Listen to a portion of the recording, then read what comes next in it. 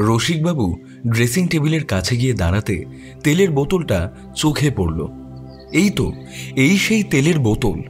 প্রায় 5-6 বছর আগে এই তেলের বোতলের উপর তার পুরোপুরি ভরসা ছিল। তার মাথার মাঝে যে আস্ত টাক গজিয়েছিল, ভেবেছিলেন এই তেলে সেই টাকের নিবারণ হবে, কিন্তু তার ইচ্ছেটা সফল হয়নি। দেখতে দেখতে সময় কেটে গেছে। তার মেয়ে সৃজা বড় হয়েছে, যেমন তেমন রসিকবাবুর নাম চারপাশে ছড়িয়ে পড়েছে বিভিন্ন জটিল কেসের সমাধান করে। এখন রসিকরঞ্জন বাবুকে কলকাতার আশেপাশে চেনে না এমন লোকজন খুব কম আছে। খবরের কাগজ, টিভি, এমনকি সোশ্যাল মিডিয়াতেও তিনি এখন পশ্চিমবঙ্গ এবং পশ্চিমবঙ্গের বাইরের বেশ একটা চেনা মুখ। তবে এইবার রসিকরঞ্জন বাবু একটা সমস্যায় পড়েছেন, গ্রামের বাড়িতে যাওয়ার সমস্যা। একদিকে গ্রামের বাড়িতে যেতেই হবে, অন্যদিকে তার মেয়ের স্কুলের পরীক্ষা আছে। মাঝে মাঝে বিভিন্ন কেসে রসিকবাবুকে সাহায্য করেছে তার স্ত্রী কুমুদিনী। রসিকরঞ্জন বাবুর বন্ধু অয়ন দত্ত এখন একজন নামকরা রিপোর্টার। আরেক বন্ধু সমীক চৌধুরী কলকাতায় একটা নামকরা কলেজের প্রফেসর। সময় বদলে গেলেও রসিকবাবুর স্বভাব চরিত্র সব কিছু কিন্তু একই রকম আছে। শুধু মাথার মাঝখানে এই টাক হারিয়ে কালো কুচকুচে এক মাথা চুল গজিয়েছে অদ্ভুত একটা ম্যাজিকে। আর সেই নতুন চুলের সঙ্গে মানানসই একটা সোনালি ফ্রেমের নতুন চশমাও নিয়েছেন রসিকবাবু। তুমি একবার বলোই না, এই চশমাটাই আমার কেমন লাগছে। কেমন আবার লাগবে? মাথায় এমন একটা টাক এত অল্প বয়সে গজিয়ে ফেলেছিলে, তখন এই চশমা পরলে মানাতো না। কিন্তু ওই হর্ষভোগলের মতো হেয়ার ট্রান্সপ্ল্যান্ট করার পর তার উপর এমন বাহারি চশমা কেমন লাগছে, এটা তো আয়নায় দেখলেই বুঝতে পারবে। খুব একটা খারাপ লাগছে না। রসিকবাবু তার গিন্নির কথাটা শুনে আয়নার দিকে এগিয়ে গেলেন। তারপর ভালো করে আয়নার দিকে তাকাতেই মনে হলো, বাহারি সোনালি ফ্রেমের চশমাটা তো চোখে খুব একটা খারাপ লাগছে না, কিন্তু এটা ঠিক মাথার টাকটা এখন নেই।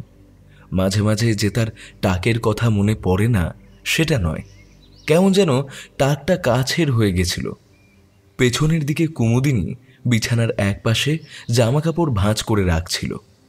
আজই রসিকবাবুর মেয়ে সৃজার হোস্টেলে চলে যাওয়ার কথা। আসলে রসিকবাবু বিভিন্ন কাজে বেশিরভাগ সময় বাইরে থাকে। তাছাড়া সৃজা এখন বড় হচ্ছে, পড়াশোনার চাপ বাড়ছে, তাই এমন সময় একটু পড়াশোনার আবহাওয়ার মধ্যে না রাখলে সমস্যা হতে পারে। তাছাড়া স্কুলগুলোতে যেমনভাবে প্রাইভেট টিউটর কিংবা আশেপাশের কালচার যেভাবে বেড়ে উঠেছে, তাতে পড়াশোনার জগতের থেকে সমস্ত কিছু যেন আলাদা হয়ে যাচ্ছে। এই কথাটাই একদিন কুমুদিনী রসিকবাবুকে বলতে রসিকবাবু বলেছিলেন, কি বলছো? আমি তো বেশিরভাগ সময় বাইরেই থাকি। তুমি বাড়িতে একা থাকো, তোমার সমস্যা হবে না? সমস্যা তো একটু হবেই, কিন্তু তার জন্য তো মেয়েটার ভবিষ্যৎ নিয়ে আমরা ছেলেখেলা করতে পারি না। এখানে পড়াশোনা খুব একটা ভালোভাবে হচ্ছে না। তাছাড়া ওদের স্কুলের যখন নিজস্ব একটা হোস্টেল রয়েছে, সমস্যা তো নেই, 1 ঘন্টার রাস্তা, চাইলে গিয়ে দেখা করে আসবো। কিন্তু মেয়েকে বাড়িতে রাখতে আমার আর ইচ্ছা হচ্ছে না। চারপাশের অবস্থা তো দেখতেই পাচ্ছ।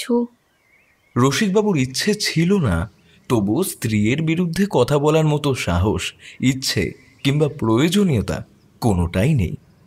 তিনি নিজে মাসের মধ্যে বেশিরভাগ সময় তো এখানে ওখানে থাকেন, তাই কুমুদিনীর ওপর তিনি কথা বলতে পারেন না। কিন্তু প্রতিবাদ করেছিল মেয়ে। খাবার টেবিলে বসে বলেছিল, আমি কোথাও যাব না বাবা, তুমি এরকম করো না। এখানে আমার কত বন্ধু আছে, সেসব কিছু ছেড়ে আমি হোস্টেলে যাব না। আর ওখানে ওখানে কাউকে চিনি না। হোস্টেলটা তো আর বাইরের কোথাও নয়, তোদের নিজেদের স্কুলেরই হোস্টেল। আর তোর বাবার বন্ধু সমীক আঙ্কেলের স্ত্রী মল্লিকা আন্টিও তো পড়ায় এখন তোদের স্কুলে। তাহলে তাছাড়া স্কুলের সবাই তো তোর চেনা। ওখানকার অনেকেই তো হোস্টেলে থেকে পড়াশোনা করে, তাতে পড়াশোনাও ভালো হবে, আর তাছাড়া একা থাকতেও শিখে যাবি। রসিকবাবু সেদিন মুখ খুলে কিছু বলেননি, তবে এখন যেন মনে হচ্ছে সেদিন বারণ করলেই ভালো হতো। তাছাড়া মেয়েকে হোস্টেলে পাঠানোর সমস্ত ব্যবস্থা করার পরেও যে কুমুদিনীর মুখটা সামান্য কালো হয়ে আছে সেটা তিনি বেশ বুঝতে পেরেছিলেন। কিন্তু সত্যিই তো মেয়ের ভবিষ্যৎটা তো দেখতে হবে। তাছাড়া কুমুদিনী সারাদিন বাড়িতে তো একা থাকবে না, রান্নার জন্য একটা কাজের মেয়ে আছে, সে রান্না ছাড়াও বাকি টুকিটাকি কাজকর্ম করে। সকাল থেকে সন্ধ্যা পর্যন্ত সে প্রায় বাড়িতেই থাকে, আর তার সঙ্গে কথা বলে নিয়েছে কুমুদিনী সে রাতেও এখানেই থাকবে। তাছাড়া আশেপাশেও তো লোকজন রয়েছে, সমস্যা খুব একটা হওয়ার কথা নয়। এসব বিষয়ে যত কথাবার্তা কম হয় ততই ভালো। যাই হোক, দিন কয়েক আগে মহালয়া গেছে। চারপাশের প্রকৃতি জুড়ে শহরে পুজোর একটা গন্ধ ছড়িয়ে পড়েছে। অবশ্য এবারের পুজোটা অন্য বছরগুলোর তুলনায় যেন একটু আলাদা। তবুও মা আসছেন, তাঁর পুণ্য আগমনের ডাকে মনে নতুন আশার আলো যে জেগে ওঠে। পুজোর সময় হোস্টেল এমনিতে ছুটি থাকে, কিন্তু কেউ যদি থাকতে চায় তাহলে তার থাকার ব্যবস্থা হয়ে যায়। যাদের বাড়ি বেশ দূরে তাদের অনেকেই মাঝে মাঝে পুজোতে বাড়ি যায় না। তাছাড়া সবচেয়ে বড় কথা, এইবার হোস্টেল খোলা রাখার আরেকটা কারণ আছে। পুজোর পরেই স্কুলের ফাইনাল পরীক্ষা, আর এই কারণে রসিকবাবু হোস্টেলের ব্যাপারটায় রাজি হয়েছিল। তাহলে পুজোর সময়টা নষ্ট হবে না। কথা হয়েছিল একদিনের জন্য সৃজাকে নিয়ে আসা হবে। সেই একদিন তারা গোটা শহর ঘুরে দেখবে, পরদিন আবার সৃজা চলে যাবে হোস্টেলে। তাছাড়া পুজোর সময় তো মাঝে মাঝে রসিকবাবুকে বাইরে থাকতে হয়, একা কুমুদিনী সমস্তটা সামলায়। এমন অনেক কথা ভেবে রসিকবাবু আর আপত্তি করেননি। কিন্তু আজ খেতে বসে সৃজা যখন বলল, আচ্ছা বাবা, ওই তোমাদের গ্রামের বাড়ি থেকে ফোন করেছিল না মহালয়ার দিন? কি তোমাদের পুজোতে গ্রামে যেতে বলল, সেই ব্যাপারে কিছু ভেবেছো? সৃজা এখন অনেক বড় হয়ে গেছে, ক্লাস 9-এ পড়ে। তার কথাবার্তায় শিশু সুলভ সেই ভাবটা এখন আর নেই। তাছাড়া এখনকার ছেলেমেয়েরা খুব কম বয়সেই যেন একটু বেশি বড় হয়ে যায়। খাবার টেবিলে কথাটা শুনে রসিকবাবু বলে উঠলেন, আরে সে তো যাবই, কিন্তু এখনো তো অনেক দিন বাকি আছে। তাছাড়া এখন তো আমায় কেউ টেকও বলতে পারবে না। হ্যাঁ হ্যাঁ, সত্যি বাবা, তুমিও না? আজ আমি হোস্টেলে চলে যাচ্ছি বলে মনটা একটু খারাপ, কিন্তু দেখো তুমি আমাকে সেই হাসিয়ে দিলে। You are the best daddy. রসিকবাবুর কথা শুনে সৃজা হাসতে লাগলো। হাসিতে হাসিতে সেদিনটা কেটে গেল। পরদিন সকালেই সৃজার হোস্টেলে চলে যাওয়ার পালা। রসিকবাবু আর কুমুদিনী মিলে তাকে হোস্টেলে দিয়ে এলো। গোটা ব্যাপারটাকে খুব সহজেই মানিয়ে নিয়েছে সৃজা, আর কিছু সে বলেনি। তবে ওরা জানে সৃজা নিজের পড়াশোনা আর ক্যারিয়ার নিয়ে বেশ সচেতন। এটা যে তার ভালোর জন্যই করা হয়েছে সেটা বুঝতে তার খুব একটা বেশি সময় লাগেনি। সৃজা বলেছিল, দেখো, পুজোর সময় যদি তোমরা গ্রামের বাড়িতে চলে যাও তাহলে আমি আর তোমাদের সঙ্গে গিয়ে কি করব বলো? সামনে পরীক্ষা আছে, এখানে বসে না হয় প্রিপারেশন নেব। কিন্তু হ্যাঁ, যদি এখানেই থাকো তাহলে আমায় জানিও, তাহলে একবার তোমাদের সঙ্গে গিয়ে বরং ঠাকুর দেখে আসব, কেমন? সেদিন চতুর্থীর ভোরবেলা সময় মতো তৈরি হয়ে রসিকবাবু আর কুমুদিনী এসে পৌঁছল শিয়ালদা স্টেশনে। তারপর সেখান থেকে ট্রেন ধরে প্রথমে একটা জাংশন, তারপর সেখান থেকে আবার ট্রেন ধরে গিয়ে পৌঁছল নবীনপুরের কাছাকাছি একটা স্টেশনে। নবীনপুর পর্যন্ত রেল স্টেশনের পথ নেই, স্টেশন থেকে বাসে করে যেতে হয় বেশ খানিকটা। তারপরেও আরও খানিকটা পথ। বড় পিচের রাস্তা ধরে ভ্যান, রিক্সা কিংবা ইঞ্জিন ভ্যানে করে এক সময় যেতে হতো। এখন সেই পথে টোটোর ব্যবস্থা রয়েছে। টোটোতে করেই তারা গিয়ে পৌঁছল নবীনপুরের শেষে, তারপরে মাটির রাস্তা। এদিকে রাস্তা রয়েছে, কিন্তু জায়গাটার অবস্থা এমন যে এই দিক দিয়ে টোটো চলাচল করতে পারে না, তাই ওদের সেখানে নামতে হলো। ভাড়া মিটিয়ে দেওয়ার সময় টোটোওয়ালা বলে উঠল যে রসিকবাবুদের দেখে মনে হচ্ছে কলকাতার দিক থেকে আসছেন। অবশ্য এমন মনে হওয়া কঠিন না, কারণ এই নবীনপুর গ্রামে তো বাইরে থেকে লোকজন চট করে আসে না। বুঝলে, এই নবীনপুরেই আমরা একসময় থাকতাম। এখন শহরে থাকা হয়, তাই অনেক দিন বাদে এইবার পুজোতে এখানে ঘুরতে এসেছি। এইখানকার পুজোর কথা নিশ্চয়ই জানো। টোটোওয়ালা বাস স্ট্যান্ডের কাছাকাছি একটা জায়গায় থাকে। নবীনপুরের ব্যাপারে সে সব কিছুই জানে। রসিকবাবুর সঙ্গে দু একটা কথাবার্তা বলে টোটোওয়ালা ফিরতি পথে ফিরে যেতেই ওরা দুজন মাঠের পথ ধরে এগিয়ে এলো। মাঠ পেরিয়ে গেলেই গ্রাম শুরু। সেই মাঠের একদিকে থরে থরে সার দিয়ে সাদা সাদা লম্বা লম্বা কাশফুল ফুটেছে। শরতের হাওয়ায় দুলে দুলে যেন কাশফুলের দল অভ্যর্থনা করছে রসিকবাবু আর কুমুদিনীকে।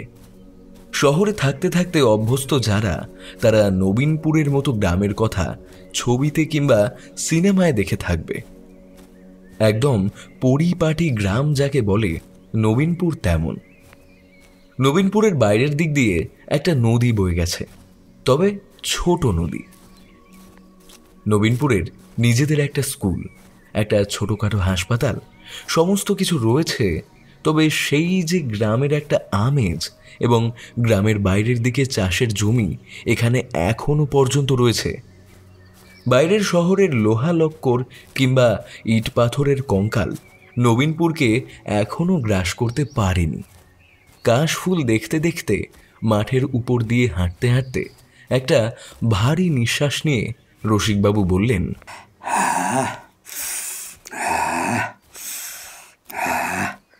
সত্যি এতদিন পর গ্রামে এসে বেশ ভালো লাগছে।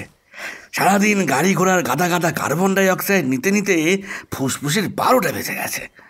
শরতের এই পবিত্র কাশফুলকে সাক্ষী রেখে এখন পেট ভরে একটু ভালো করে বিশুদ্ধ বাতাস নিয়ে নিন। কথাটা বলে রসিকবাবু পিঠের ব্যাগটাকে আর একটু ভালো করে তুলে নিয়ে মস্ত বড় হাঁ করে যেন হাওয়া খেতে লাগলেন। তাই দেখে কুমুদিনী বলে উঠল, আরে কি করছো কি? লোকজন দেখলে কি ভাববে বলো তো? চলো চলো, দুপুরের সময় বাড়িতে গিয়ে পৌঁছানোটা ভালো দেখায় না। এখানেই তো 11:30 বেজে গেল। কুমু, তুই এসেছিস? আমার তো বিশ্বাসই হচ্ছে না। বাবা, কতদিন পর যে এখানে তুই এলি। আমি তো ভেবেছিলাম এবারেও তোরা আসবি না। প্রতিবারই তোদের বলি, অথচ কোনোবারই তোদের সময় হয় না। কি করব বল, ওর কাজটাই এমন।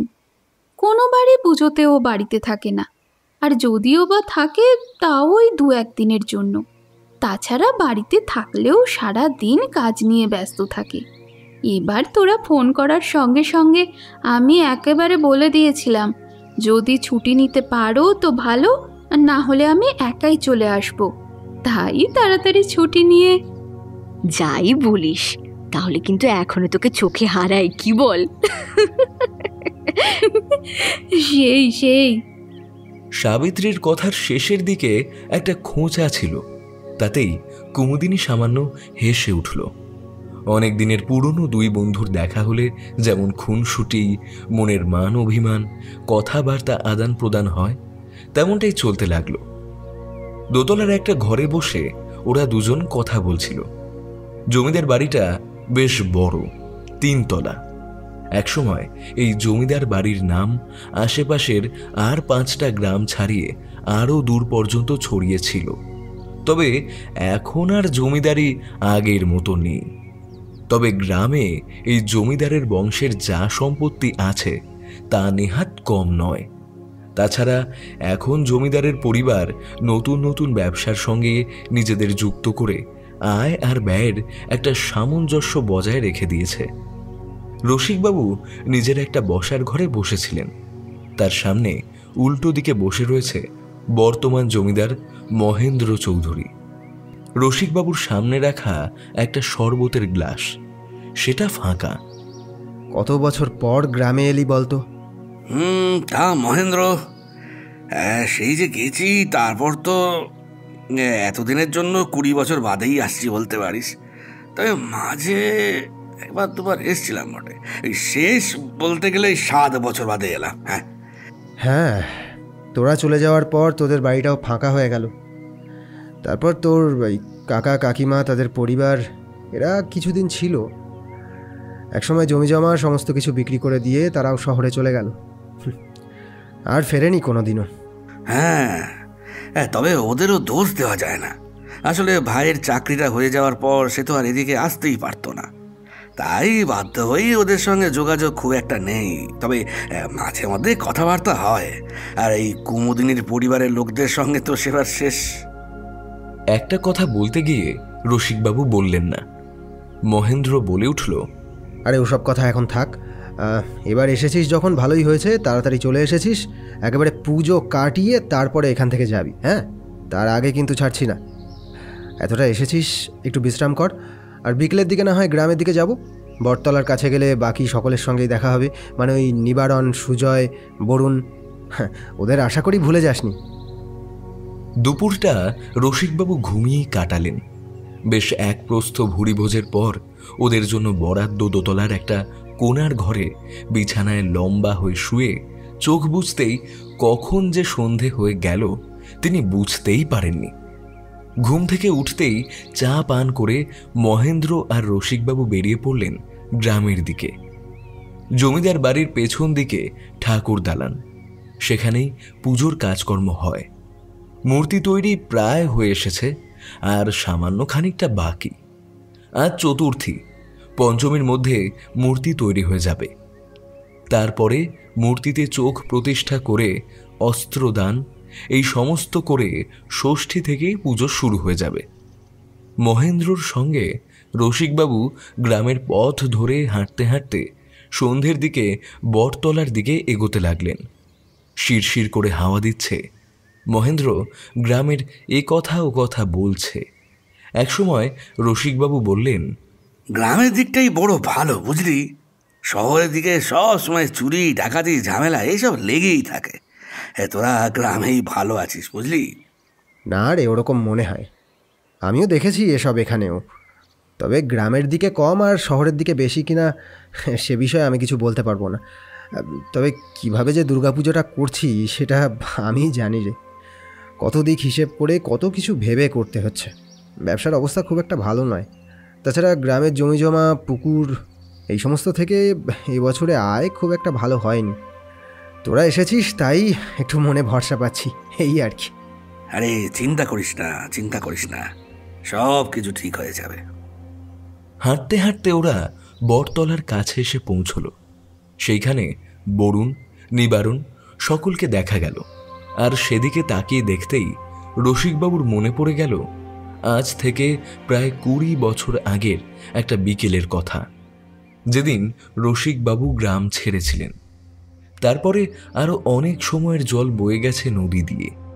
সেই সমস্ত কথা তিনি মনে করতে চাইলেন না।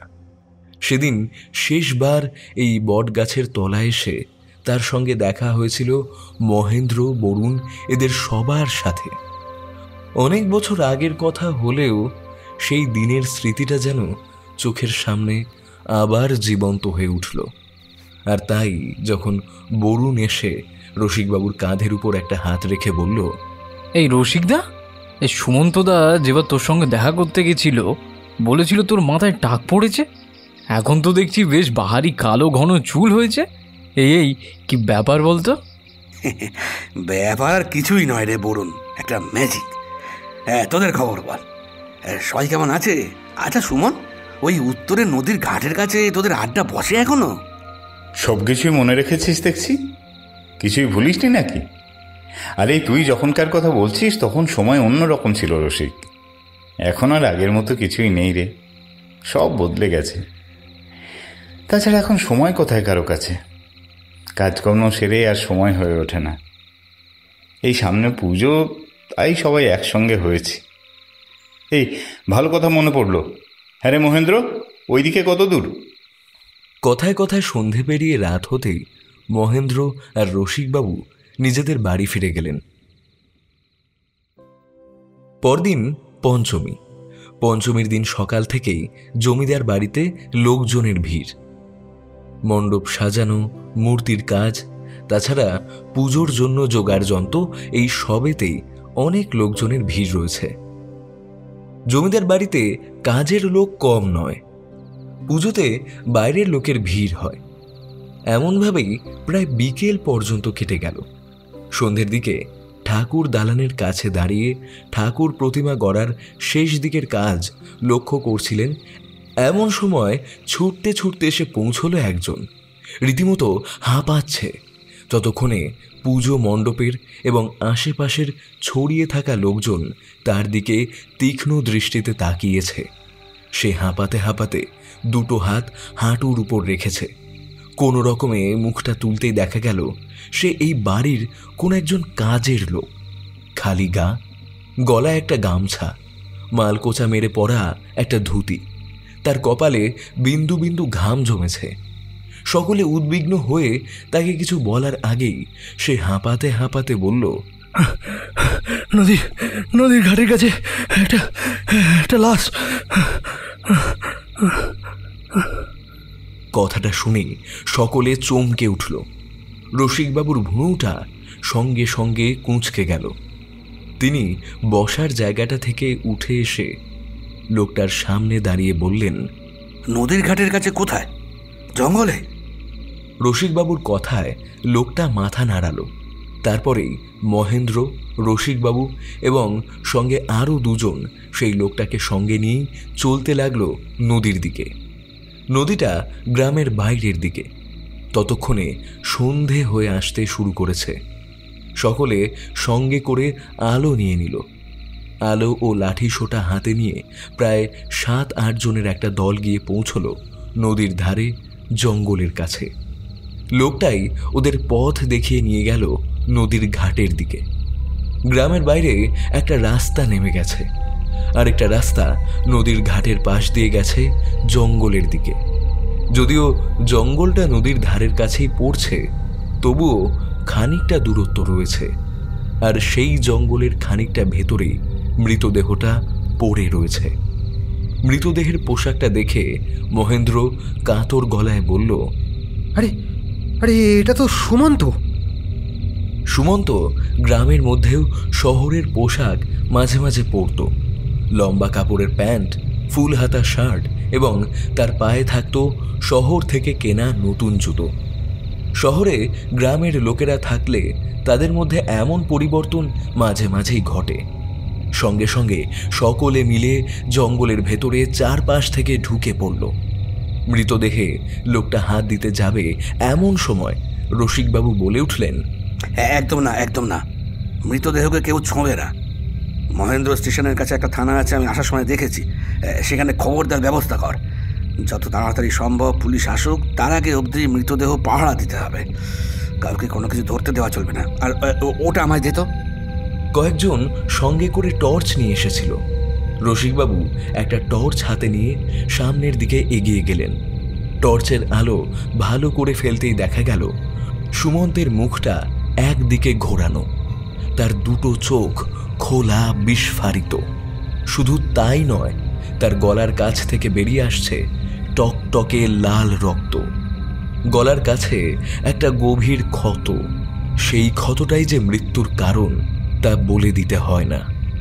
রসিকবাবু আর মহেন্দ্র মুহূর্তের মধ্যে ব্যাপারটা সামলে নিল।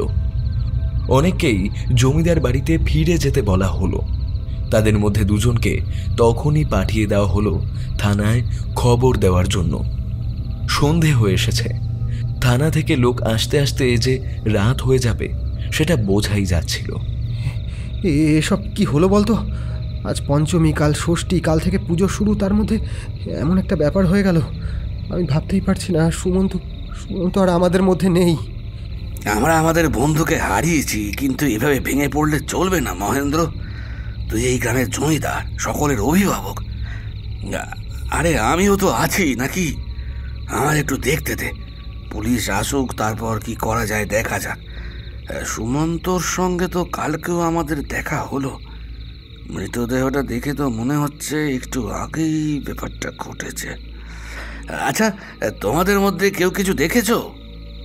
আশেপাশে জমা হওয়া লোকজন ছিল, সেই সঙ্গে গ্রামের এই দিকটায় যারা থাকে তারা এসেছিল। সামনে ঘাটের কাছে নৌকা বাঁধা থাকে, দুজন মাঝি সেখানে দাঁড়িয়ে দেখছিল। তাদের মধ্যে একজন বলে উঠল, আমরা তো কিছু দেখিনি বাবু, তবে মনে হলো এখানে দুজন লোক এসেছিল। দুজন লোক? তারা কারা ছিল, কিছু দেখেছো? না বাবু, আমরা তখন নৌকা নিয়ে ওই দিক দিয়ে এই পথেই আসছিলাম। মনে হলো যেন ঘাটের কাছে একটা নৌকো বাঁধা আছে, দুজন লোক নৌকার পাড়ে দাঁড়িয়ে আছে। আমরা এখানে আসতে আসতেই দেখলুম তাদের মধ্যে দুইজনেই নৌকা থেকে নিচের দিকে নামলো। তার একটু পরেই দেখলুম একজন নৌকার দিকে গেল, আর তারপর নৌকা নিয়ে চলে গেল ওই পশ্চিম দিকে। দুজন যদি নামে, তার মানে একজন নৌকা নিয়ে চলে গেছে, মানে সে মাঝি, আর আরেকজন এই সুমন্ত। কিন্তু সুমন্ত এই সময় এইভাবে কার সঙ্গে নদীর পাড়ে এসেছিল? নদীর পাড়ে কিন্তু এখন চট করে আর কেউ আসে না। ছেলেরা মাঝে মাঝে মাছ ধরতে আসে, দু একজন জেলে মাঝি নৌকা নিয়ে পশ্চিম দিকে যায় মাঝে মাঝে, কিন্তু কিন্তু অকারণে, তাও এই সন্ধ্যের সময় তো। রসিকবাবুর কপালটা পুরো কুঁচকে গেল। হঠাৎ করে রসিকবাবু বলে উঠলেন, আচ্ছা, আমার একটা কথা বলতো, এই তোদের অষ্টমীতে যে খিচুড়ি ভোগ হতো, সেটা এখনো হয়? মহেন্দ্র খুব গভীরভাবে রসিকবাবুকে ভাবতে দেখে বেশ চিন্তায় পড়ে গেছিল। রসিকবাবু সম্পর্কে সে বলতে গেলে সবটাই জানে। কলকাতা পুলিশের একজন বড় মাপের অফিসার এই কথাটা জানে। তাছাড়া গোয়েন্দাগিরিতেও যে রসিকবাবুর সামান্য নাম হয়েছে সেটাও মহেন্দ্র এবং গ্রামের অন্যান্য বন্ধুরা জানে। কিন্তু রসিকবাবুর গোয়েন্দাগিরির পদ্ধতি নিয়ে ভেতরের তেমন কিছুই জানে না। তাই এমন সময় হঠাৎ এমন একটা প্রশ্ন শুনে মহেন্দ্র একটু চমকে উঠে বলল, তুই কি পাগল হয়েছিস? এমন সময় তোর অষ্টমীর খিচুড়ি ভোগের কথা মনে পড়ল? সত্যি সত্যি কুমুদিনী তোর ব্যাপারে যা বলেছিল সেটাই সত্যি। আরে বাবা, সেটা নয়। আচ্ছা, এখানে এখন মৃতদেহটা পাহারা দিতে হবে, তুই ফিরে যা, ওইদিকে তোর অনেক কাজ আছে। আমার সঙ্গে দুজনকে এখানে রেখে গেলেই হবে। আচ্ছা মহেন্দ্র, সুমন্তর সঙ্গে গ্রামের কারো কোনো রকম শত্রুতা ছিল না তো? মহেন্দ্র কিছু ভাবল, তারপর মাথা নাড়িয়ে চলে গেল জমিদার বাড়ির দিকে। কিছুক্ষণ পর পুলিশের জিপ এসে হাজির হলো ঘটনাস্থলে। রসিকবাবুদের কাছে এগিয়ে এসে একজন পুলিশ অফিসার জিজ্ঞাসাবাদ শুরু করলেন। এই তোমাদের মধ্যে বিপিন কার নাম? হ্যাঁ, আগে আমি স্যার। তার মানে মৃতদেহ তুমিই প্রথম দেখেছো কি, তাই তো? আগে হ্যাঁ স্যার। কিন্তু তুমি বা এখানে কি করতে এসেছিলে বিপিন, বলো দেখিনি? আমি পাশের গ্রামে গেছিলাম, পুজোর জন্য কিছু জিনিসপত্র লাগবে, তাই বলতে গেছিলাম। নৌকায় করেই গেছিলাম। নদীর পাড়ে নৌকা রেখে উপরের দিকে উঠছি, তখনই যেন মনে হলো একটা ঘনের শব্দ শুনতে পাচ্ছি, আর তখনই ছুটে গেলাম ওইখানে। মৃত্যুর আগে লোকটা কি কিছু তোমাকে বলেছিল? আর তুমি যে এই কাজটা করোনি তার কি কোনো প্রমাণ আছে তোমার কাছে? আচ্ছা, সেই সময় তুমি ছাড়া আশেপাশে তো আর কেউই ছিল না।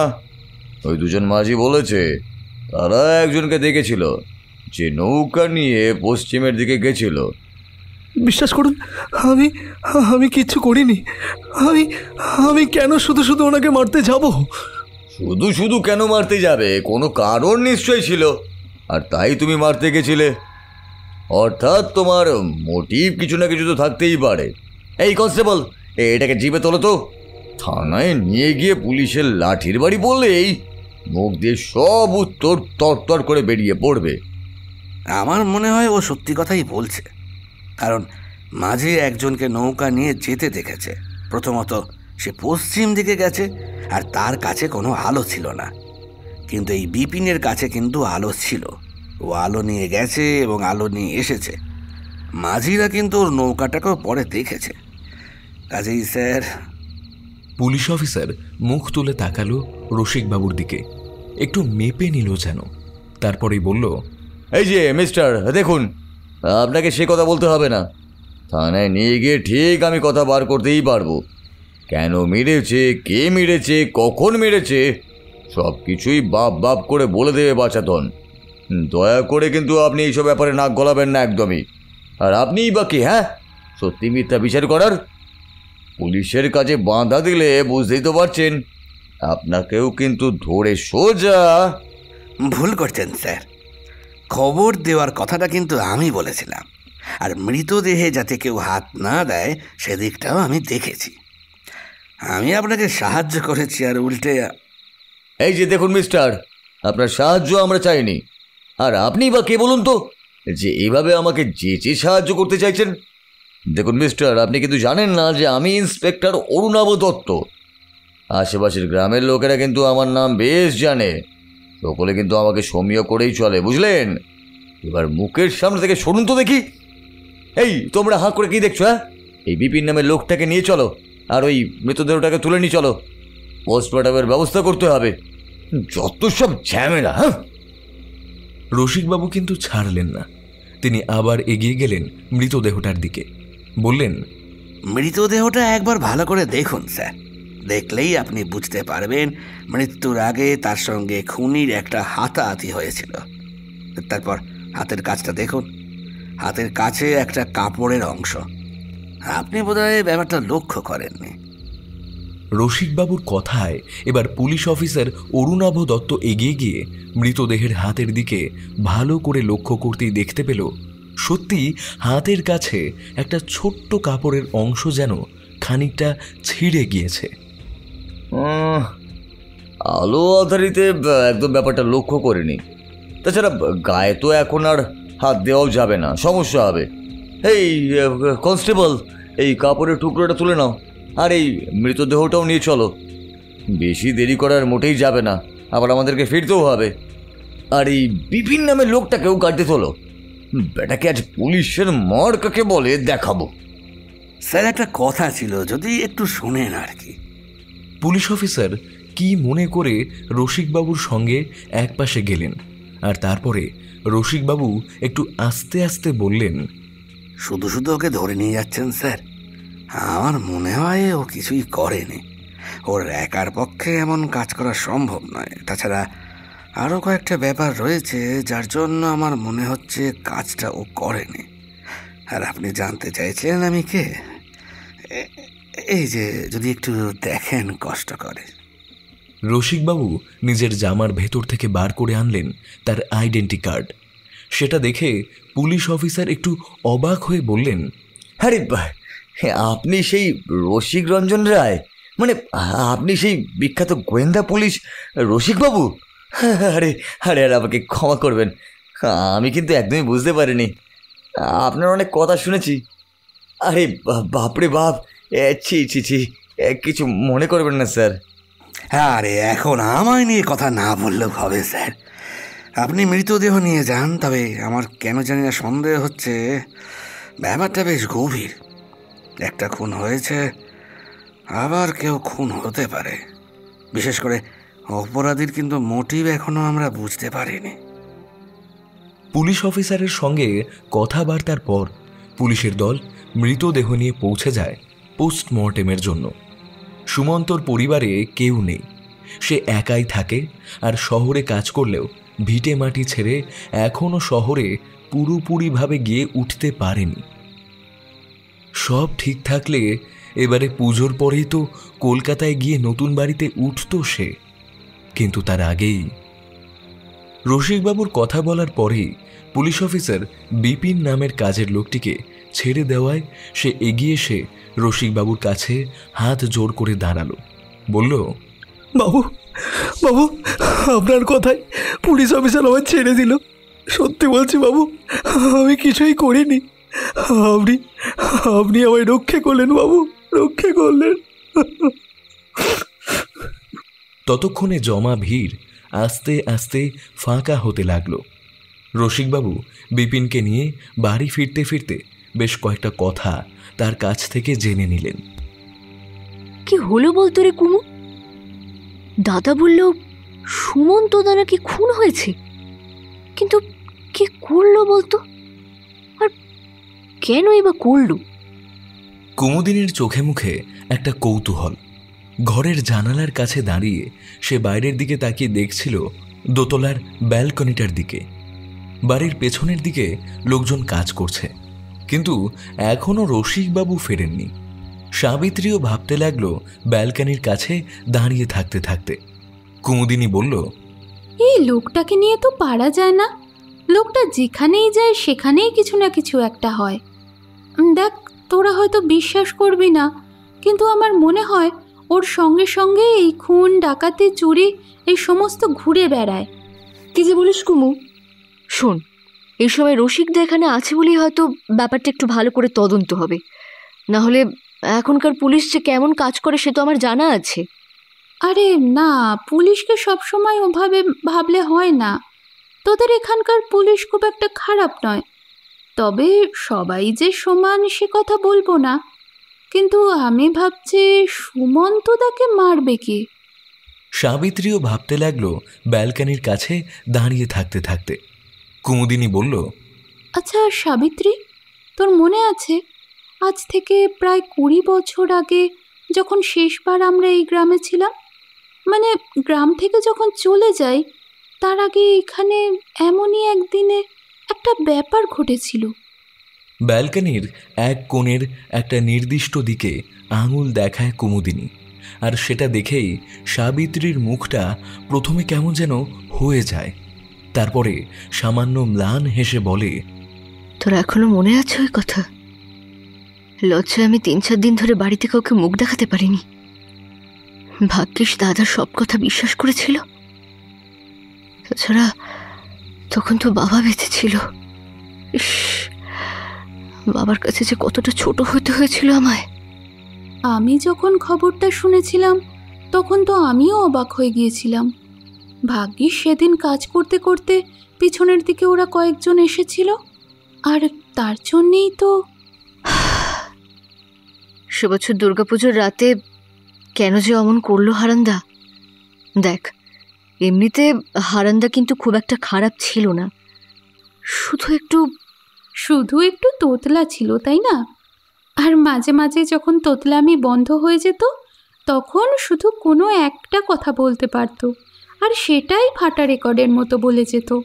ব্যাস, অমনি সবাই সুর করে ওকে বলতো হারান হারান, তোতলা হারান।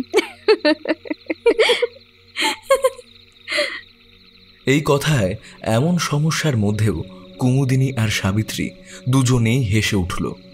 আর ঠিক তখনই ওদের মনে পড়ে গেল আজ থেকে অনেক বছর আগের একটা সন্ধ্যের কথা। নবীনপুর গ্রামে হারান তোতলা বলে একজন ছিল। আজ থেকে 20 বছর আগে তখন সকলেরই বয়স কম। হারান তোতলার বয়সও তেমনই। হারান তোতলার ছোট থেকেই নজর ছিল জমিদারের মেয়ে সাবিত্রীর দিকে। নজর মানে খারাপ নজর নয়, সাবিত্রীকে সে বেশ পছন্দ করত। তখন মহেন্দ্র চৌধুরীর বাবা ননী গোপাল চৌধুরী বেঁচে ছিলেন। একদিন সাবিত্রী ফিরছিল কুমুদিনীর সঙ্গে, তখন হারান তোতলার সঙ্গে তার দেখা হয়ে যায়। হারান তোতলাকে দেখতে পেয়ে ওরা দুজন থমকে দাঁড়িয়ে পড়ে। কুমুদিনী বলে, কি ব্যাপার হারান্দা, কিছু বলবে?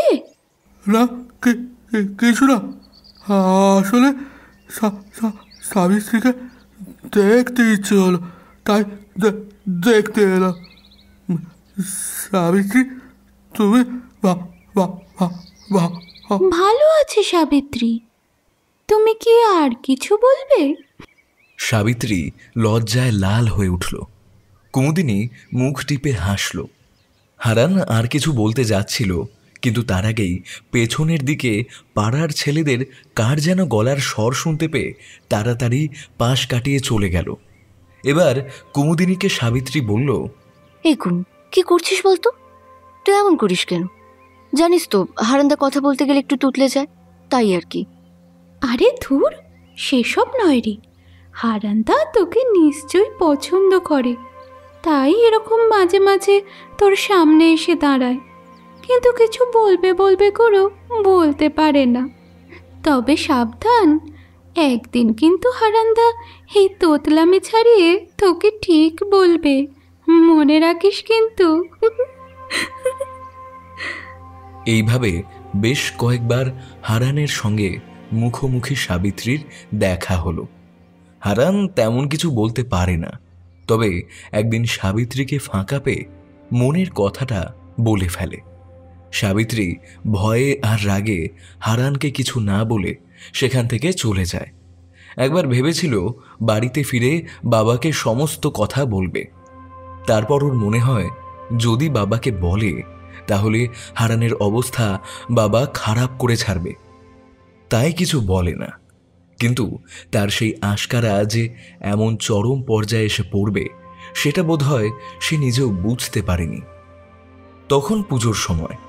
সেদিন সাবিত্রীর শরীরটা একটু খারাপ ছিল, তাই ঘরের আলো একদম কমিয়ে সে নিজের দোতলার ঘরে বিছানায় শুয়েছিল। বাড়ির সকলেই যখন বাড়ির নাট মন্দিরে ঠাকুর দালানের কাজে ব্যস্ত, একজন কাজের লোক কি একটা কাজে রান্নাঘরের দিকে গেছিল, আর ঠিক তখনই সুযোগ বুঝে বাড়ির পিছনের দালান পেরিয়ে পিছনের সিঁড়ি দিয়ে উঠে দোতলার বারান্দায় উঠে আসে হারান। তখন সাবিত্রী তার ঘরে শুয়ে রয়েছে। এমন সময় ঘরের দরজাটা আস্তে করে খুলে ঘরের ভেতর ঢুকে পড়ে হারান। অন্ধকারের মধ্যে সাবিত্রী ভেবেছিল কাজের লোকটি এসেছে, তাই বলে, মানদা মাসি, আমার জ্বরটা কি বাড়ছে নাকি গো? মানদা মাসির কোনো সাড়া না পেয়ে সাবিত্রী আস্তে আস্তে চোখ খোলে। একপাশে তখন মিটমিট করে একটা হ্যারিকেন জ্বলছিল। সেই আলোতে সামনের দিকে তাকাতে সাবিত্রী দেখতে পায় তার মুখের একদম সামনে দাঁড়িয়ে রয়েছে হারান তোতলা। হারান কিছু একটা বলার জন্য মুখ খুলতেই সাবিত্রী চিৎকার করে ওঠে। সেই সময় গ্রামের কয়েকজন এবং তার সাথে সাথে রসিকবাবু নিজেও পিছন থেকে বাড়ির সামনের দিকে আসছিল। এমন চিৎকার শুনে তাড়াতাড়ি তারা ছুটে আসে দোতলায় সাবিত্রীর ঘরের দিকে। ততক্ষণে হারান বিপদ বুঝতে পেরে তাড়াতাড়ি বেরিয়ে এসে বারান্দার কাছে ঝুলিয়ে রাখা একটা শাড়ির প্রান্ত ধরে ঝাঁপ দিয়ে পড়ে নিচের দিকে, কিন্তু শাড়িটা কোনো রকমে খুলে যায় দোতলার কাছ থেকে, আর তাতেই হারান গিয়ে পড়ে মাটির উপরে। মাটি থেকে কোনো রকমে উঠে পালাতে যাবে এমন সময় তাকে ঘিরে ফেলেছে 4-5 জন। ততক্ষণে সাবিত্রী জ্বর গায়ে কোনো রকমে বিছানা থেকে কাজের মাসির সাহায্যে উঠে এসে বারান্দার কাছে চিৎকার করে বলে, চোর চোর, আমার ঘরে চোর ঢুকেছিল, কে আছো শিগগিরই ধরো। অন্ধকারে প্রথমে হারানকে কেউ চিনতে পারেনি। চর ঘুষি কিলের পরে যখন তার গলার কাছটা চেপে ধরে তাকে তুলে ধরে মহেন্দ্র, তখন দেখা যায় সেটা হারান। তার মাথার এক পাশটা ফেটে গেছে। কোনো রকমে হারান উপরে দোতলার বারান্দায় দাঁড়ানো সাবিত্রীর দিকে তাকিয়ে বলে, অনেক সুন্দর না আমি সোনা, তুমি আমার হবে হবে আমার। হারানের যে সাবিত্রীর উপরে নজর ছিল সে কথা গ্রামের অনেকেই শুনেছিল।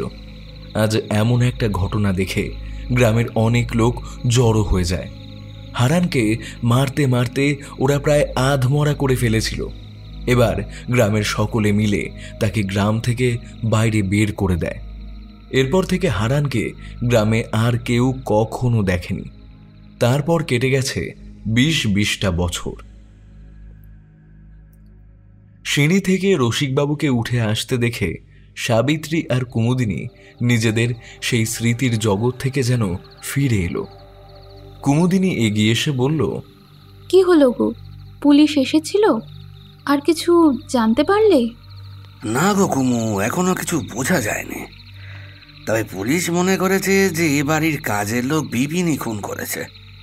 পরে পুলিশ এসে ভুল ভাঙলো, কিন্তু আমি বুঝতে পারছি না সুমন্তর ওপরে কার এমন রাগ থাকবে যে খুন করবে।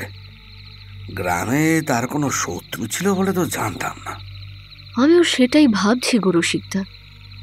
সুমন্তদা তো কারোর সাথে পাছে থাকতো না, নিজের মতোই থাকতো। তাছাড়া সে তো বেশিরভাগ সময় শহরেই থাকতো, পুজো বলে সে গ্রামে এসেছিল।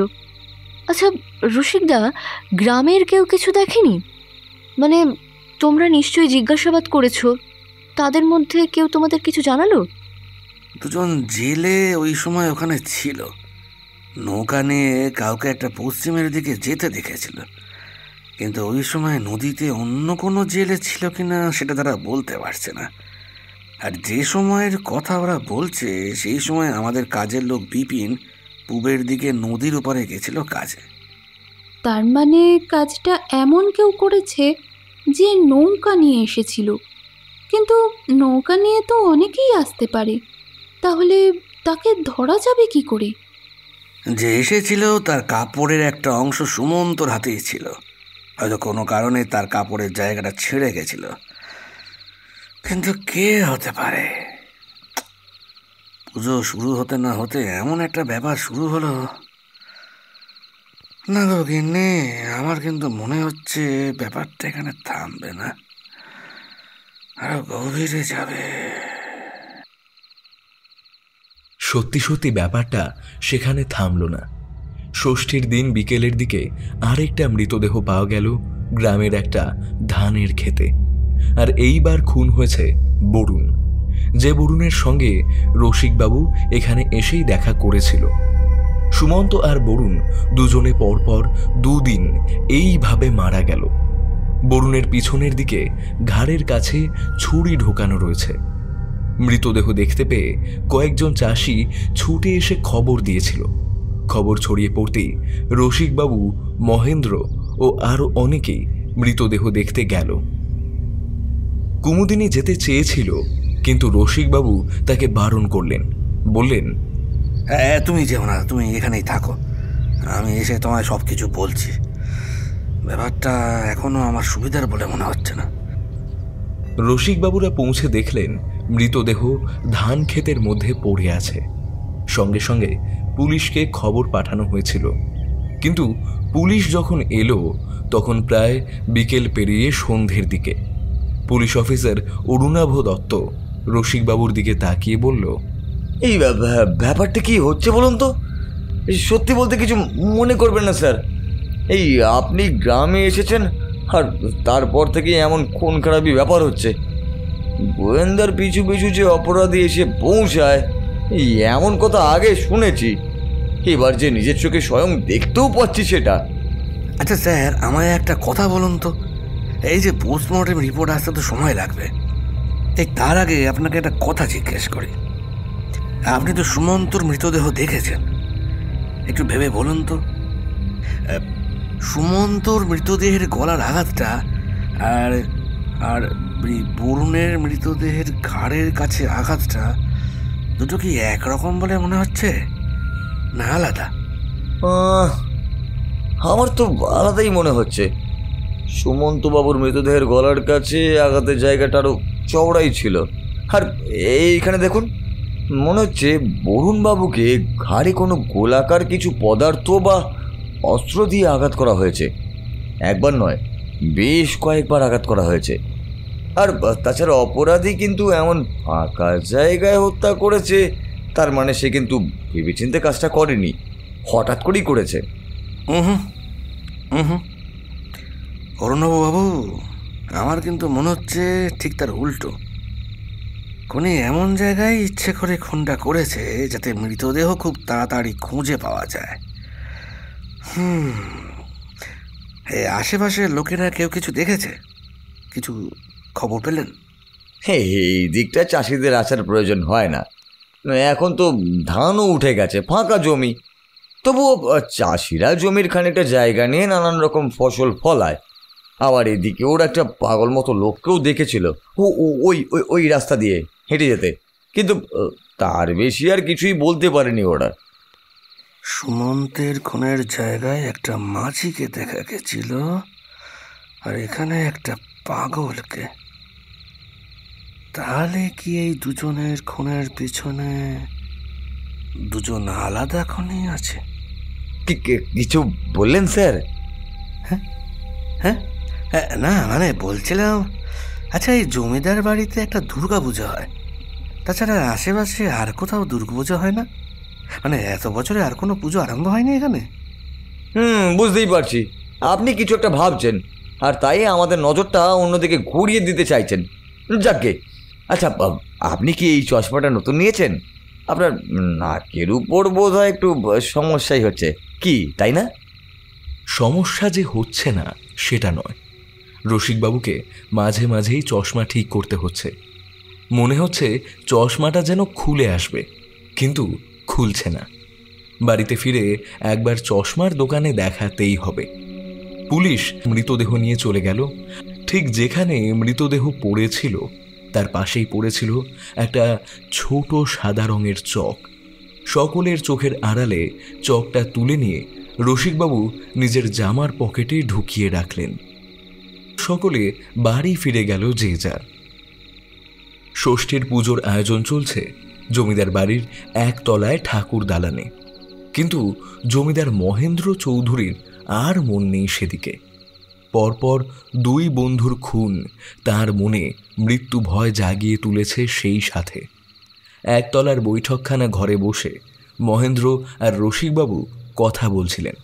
মহেন্দ্র বললেন, কিছুই তো বুঝতে পারছি না, এবার একবার সাধু বাবার কাছে যাওয়া প্রয়োজন। সাধু বাবা অনেক কিছু নাকি জানে, তার কাছে গিয়ে দেখা যাক, যদি কোনোভাবে তিনি সাহায্য করতে পারেন। সাধু বাবা? উড়ি বাবা, সে আবার কে? আরে আমাদের গ্রামে নদীর পশ্চিম দিকের যে ঘাটে সুমন্তকে পাওয়া গেল, ওই ঘাটের কাছেই আরেকটা ঘাট আছে না, ওর পাশে ছোটো মতো যে ঘরটা আছে, ওখানেই তিনি বাসা বেঁধেছেন। প্রায় 2-3 মাস হয়ে গেল। গ্রামের লোকেরা তার কাছে এটা ওটা নিয়ে যায়, তার নাকি অনেক ক্ষমতা। সাধু বাবাদের কিন্তু গ্রামের দিকেই দেখা যায়, শহরের দিকে এদের এত বেশি বাড়াবাড়ি থাকে না। যাই হোক, তুই বলছিস যখন, তাহলে একবার সাধু বাবার কাছ থেকে ঘুরে আসা যাবে। আমি কিন্তু কিছুই বুঝতে পারছি না কি হলো। প্রথমে সুমন্ত, তারপরে বরুণ, হঠাৎ করে কে বা কারা ওদের খুন করতে গেল।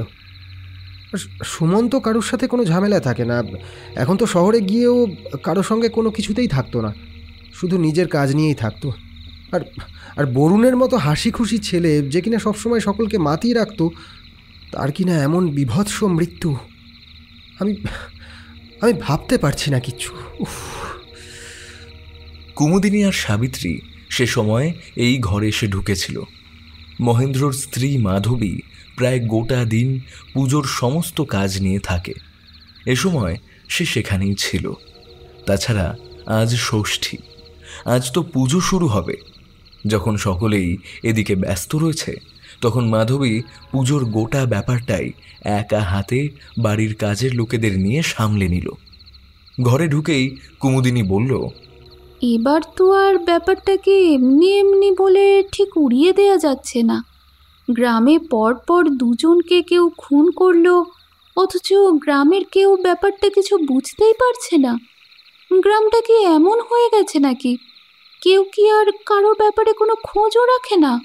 আরে না না, এতদিন তো আমরা রয়েছি, তাছাড়া আমি তো বেশ কয়েকদিন হলো এখানে এসেছি, এমন তো শুনিনি আমি কিছু। গ্রামে এতদিন কিছু হলো না, যেই দুর্গাপুজো এলো তারপরেই পঞ্চমী ষষ্ঠী 2 দিন পর পর দুটো খুন হয়ে গেল। আমার তো আশঙ্কা হচ্ছে যদি এবার সপ্তমীতেও এমন কিছু একটা হয়। রসিকবাবু এইবার চিন্তিত মুখে জানালা দিয়ে বাইরের দিকে তাকিয়ে রইলেন। এবাড়ির পেছনের জানালা দিয়ে ঠাকুর দালানের দিকে দেখা যায়, সেখানে আলো জ্বলছে। ঠিক তখনই ঢাকি ঢাক বাজাতে শুরু করল। ঠাকুর দালানের দিক থেকে উলুধ্বনি আর শঙ্খধ্বনির শব্দ ভেসে এলো। বোধহয় ষষ্ঠীর পুজো শুরু হলো। সেখানে লোকজনের ভিড় রয়েছে। সেদিকে তাকিয়ে রসিকবাবু বললেন, এবার আমার সত্যি সত্যি মনে হচ্ছে সপ্তমীর দিনেও আরেকটা খুন হতে পারে। কিন্তু প্রশ্ন হলো কে খুন হবে, আর যে খুন করছে তার মোটিভটা কি?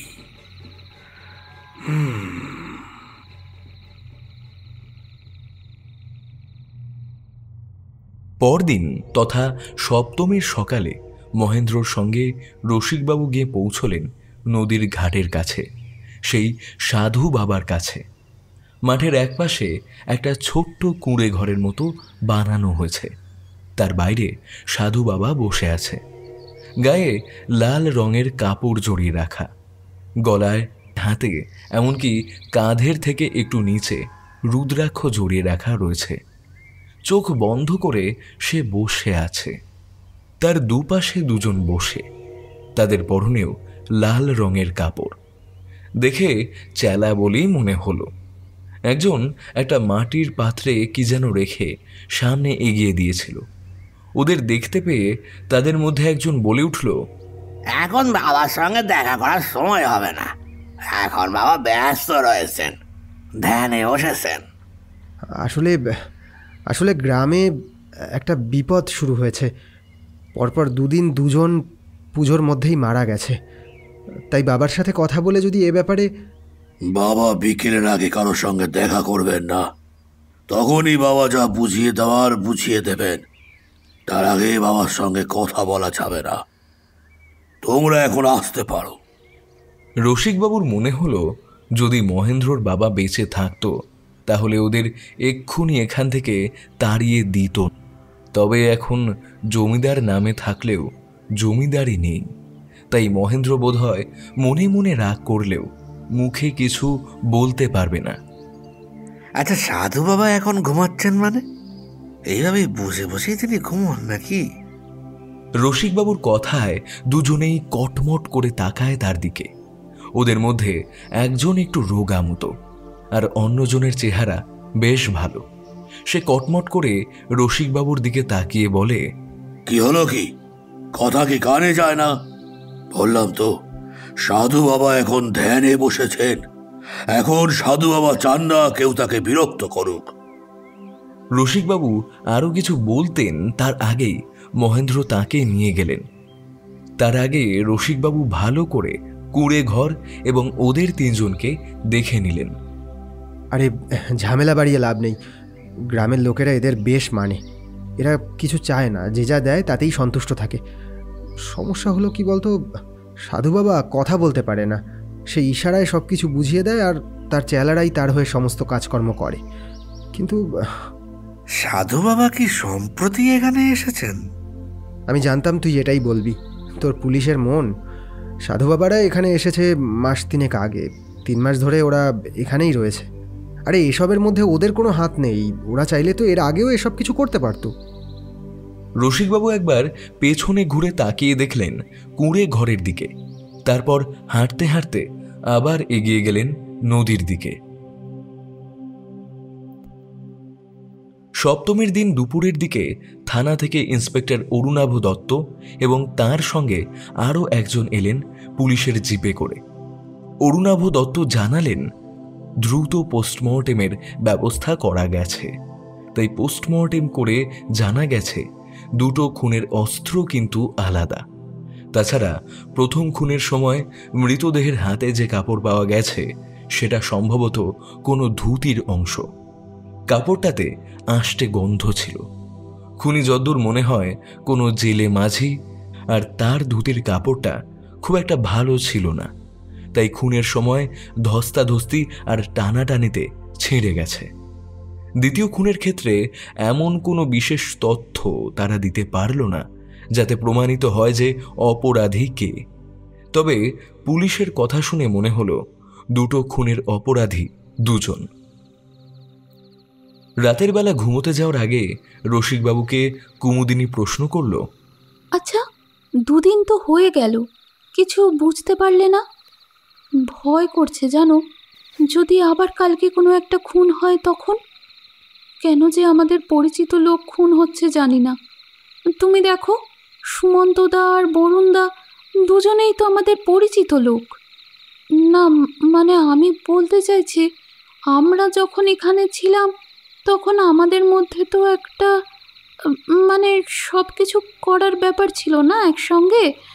তুমি, আমি, মহেন্দ্রদা, সাবিত্রী, তারপর ওরা কয়েকজন।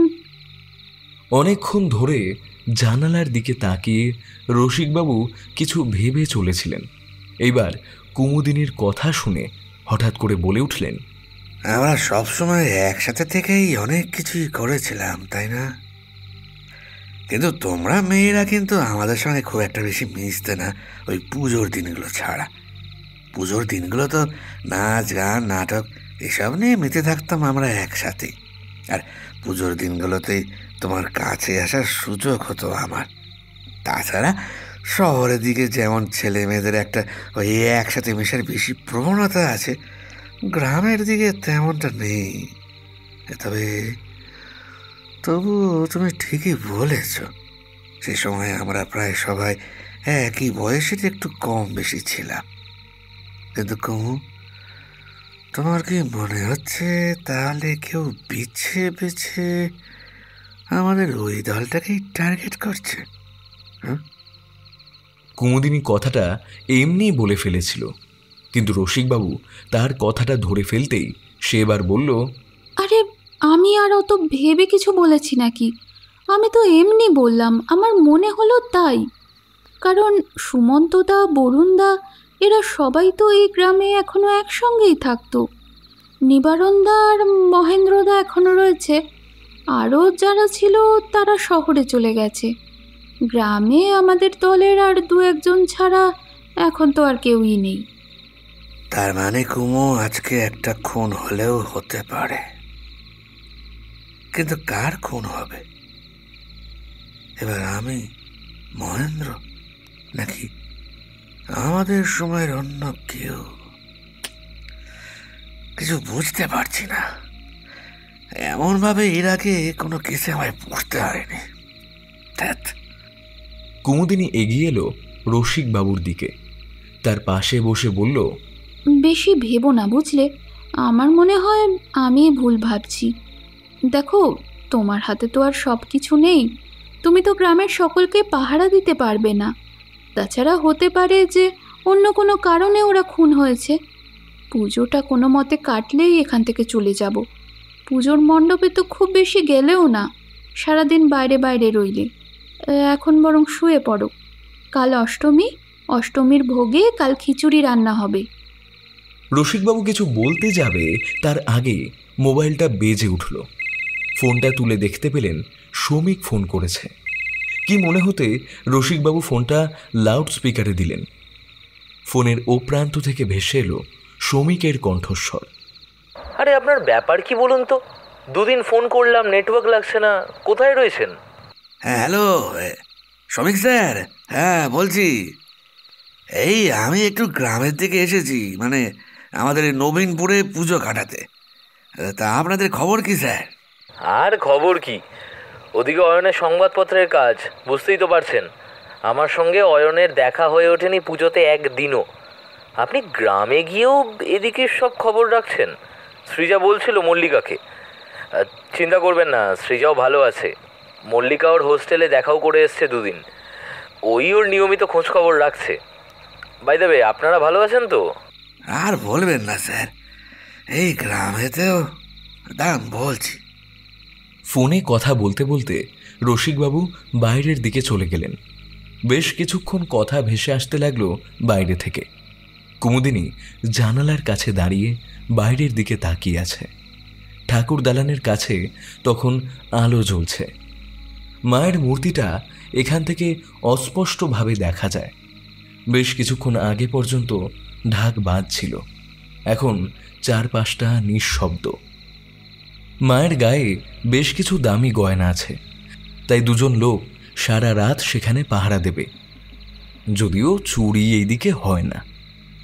একটু পরে রসিকবাবু ফিরে আসতেই তার মুখটা কেমন গম্ভীর মনে হলো।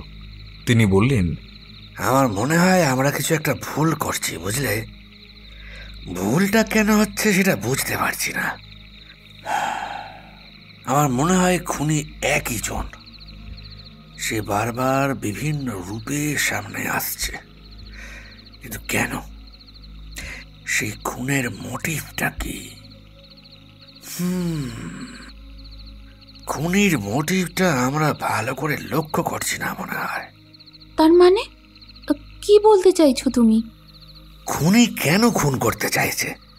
খুনি তো চাইলে একই দিনে সুমন্ত আর বরুণকে খুন করতে পারত, কিন্তু সে পরপর 2 দিন খুন করেছে দুজনকে। এবং বাকি দিনগুলো যদি মনে করো নিবারণ, মহেন্দ্র আর তার সঙ্গে আমি, মানে সপ্তমী, অষ্টমী, নবমী 3 দিন 3 জনকে খুন করে, তাহলে দশমের দিনে। কুমুদিনী চমকে উঠল, তারপর বলল, তোমরা 5 জনই সবসময় একসঙ্গে থাকতে, আরও অনেকে থাকতো, তবে বেশিরভাগ সময়ই তোমরা 5 জন থাকতে। তার মানে পঞ্চমী, ষষ্ঠী, সপ্তমী, অষ্টমী, নবমী 5 দিনে 5 জনকে খুন করবে? কিন্তু কেন? কারণটা কি? সেটাই তো বুঝতে পারছি না। না, আমার মনে হচ্ছে আমার এখন একবার বেরোনো দরকার। তুমি কি পাগল হয়েছ নাকি? কটা বাজে দেখো। কুমু, তুমি বুঝতে পারছো না, বিপদ আছে, আর আজকে সে বিপদকে ঠেকাতেই হবে। এখনো পর্যন্ত কিছু হয়নি, যদি হতো তাহলে নিশ্চয়ই খবর পেয়ে যেতাম। আমাকে এক্ষুনি বেরোতে হবে, তুমি ঘরে থাকো। কুমুদিনীর বারণ না শুনে রসিকবাবু ঝড়ের মতো দোতলা থেকে 1 তলায় নেমে এলেন। তারপর মহেন্দ্রকে সমস্ত কথা বলতে মহেন্দ্র সঙ্গে সঙ্গে বাইরে বের হওয়ার জন্য রাজি হয়ে গেল। তবে একা নয়, ওদের সঙ্গে কাজের লোক বিপিন আর শ্যামল রইল। আলো আর লাঠি হাতে নিয়ে ওরা সোজা গিয়ে পৌঁছালো নিবারণের বাড়িতে। নিবারণ তার বাড়িতে একাই থাকে। তার বৃদ্ধা মা রয়েছে। তার মা বেশিরভাগ সময় অসুস্থ থাকে। পাশের ঘরে সে ঘুমায়। নিবারণের ঘরের দরজার কাছে আসতে ওরা দেখতে পেল নিবারণের ঘরের দরজাটা খোলা। নিবারণ, নিবারণ, আরে নিবারণ! এই রসিক, কি হলো বলতো? নিবারণ তো কোনো সাড়া দিচ্ছে না। নিবারণ, নিবারণ, নিবারণ, কই তুই? আরে জবাব দে। সঙ্গে সঙ্গে ঘরের ভেতর যেন হুড়মুড় করে কিছু একটা পড়ে যাওয়ার শব্দ হলো। ঠিক তখনই মহেন্দ্র আর রসিকবাবু দরজাটা একটা ধাক্কা দিয়ে খুলতে যেতেই বুঝতে পারলেন ঘরের দরজা ভেতর থেকে বন্ধ। একটা গোঙানির মতো শব্দ ভেসে এলো। তারপরেই একটা চাপা আর্তনাদ। নিবারণ, নিবারণ! মহেন্দ্র, মনে হচ্ছে খুনি অলরেডি অ্যাটাক করেছে নিবারণের ওপর। চলো চলো, দরজা ভাঙি। নিবারণ, নিবারণ, আমরা এসে গেছি। ওরা আর দেরি না করে চিৎকার করে নিবারণকে ডাকতে ডাকতে হুড়মুড় করে দরজাটা ভেঙে ফেলতেই দেখা গেল ঘরের ঠিক মাঝখানে পড়ে রয়েছেন নিবারণ। তার বুকের এক পাশে ছুরিটা বোধহয় গাঁথার চেষ্টা করা হয়েছিল, কিন্তু সেটা ভালোভাবে ঢোকেনি। ছুরিটা সেখানেই পড়ে আছে, আর তার ঘরের জানালার একটা জায়গা ফাঁকা হয়ে আছে। ওই তো, ওই তো, ওই তো নিবারণ! নিবারণ, নিবারণ, চোখ খোল, চোখ খোল।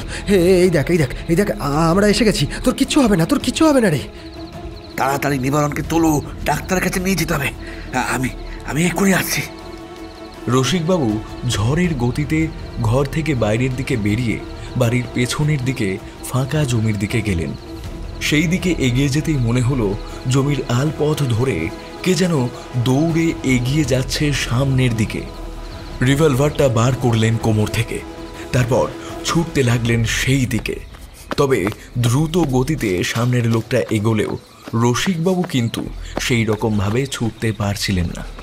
ভালো করে তাকালেন আকাশের দিকে। আকাশে মেঘ নেই, চাঁদের আলোয় ভালোভাবে সব কিছু দেখা যাচ্ছে। তবুও একটু অন্ধকার গ্রামের দিকে থেকেই যায়। সেই অন্ধকারের জন্য ভালো করে দেখতে না পেয়ে তিনি একপাশে মাটির রাস্তা ধরে ছুটতে লাগলেন। দাঁড়াও, দাঁড়াও বলছি, না হলে কিন্তু আমি গুলি চালাবো। কিন্তু সামনে ছুটতে থাকা লোকটার দাঁড়াবার কোনো অভিপ্রায় নেই বুঝতে পেরে রসিকবাবু নিজের গতি বাড়ালেন। তিনি গ্রামের মাটির রাস্তা দিয়ে ছুটছিলেন, আর লোকটা জমির আল দিয়ে। জমির আল পথ দিয়ে ছোটা সহজ ব্যাপার নয়। খুব দ্রুতই দূরত্বটা যেন কমে আসছিল। বেশ খানিকটা দূরত্ব কমে এসেছে এমন সময় সামনের লোকটা যেন হুমড়ি খেয়ে পড়ল সামনের দিকে। ঠিক তখনই রসিকবাবু মাটির রাস্তা ছেড়ে জমির মধ্যে নামলেন। ধান আগে চাষ হয়েছিল, সেই ধান কেটে নিয়ে যাওয়া হয়েছে। জমি এলোমেলো, সেই জমির মধ্যে দিয়ে কোনো রকমে নিজের পা বাঁচিয়ে ছুটতে লাগলেন রসিকবাবু। সামনের লোকটা ততক্ষণে পড়ি কি মরি করে উঠে আবার ছুটতে শুরু করেছে। আর কিছু না ভেবে রসিকবাবু সামনে থাকা লোকটার পায়ের দিকে লক্ষ্য করে গুলি চালালেন, কিন্তু গুলি তার পায়ে লাগলো না। পায়ের এক পাশ ছুঁয়ে বেরিয়ে গেল সামান্য।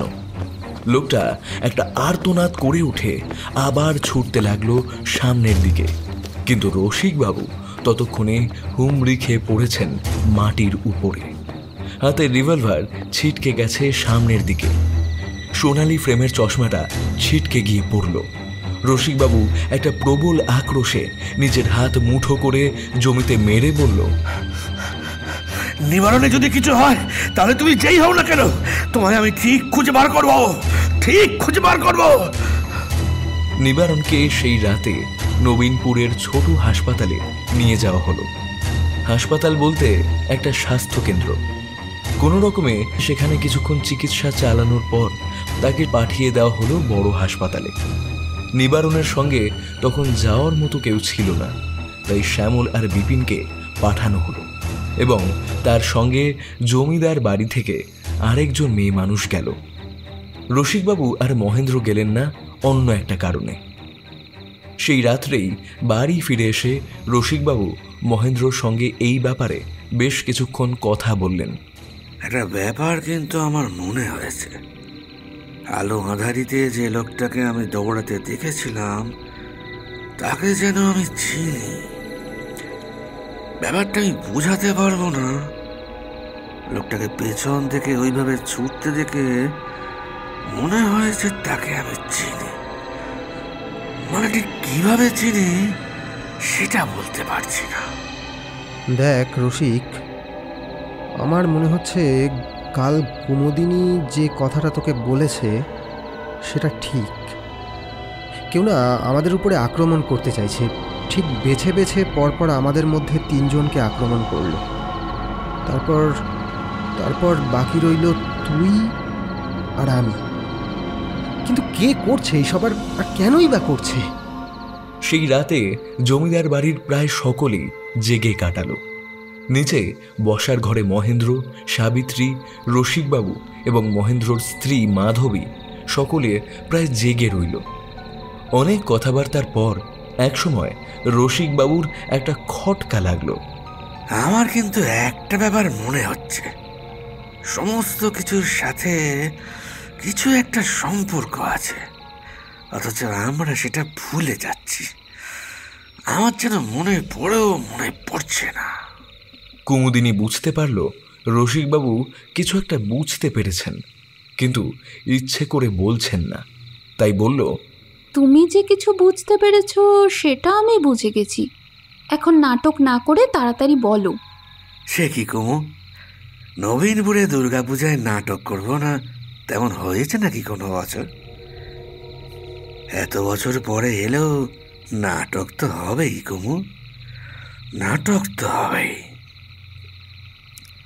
তবে এই বছর হবে অসুর বিদায় পালা।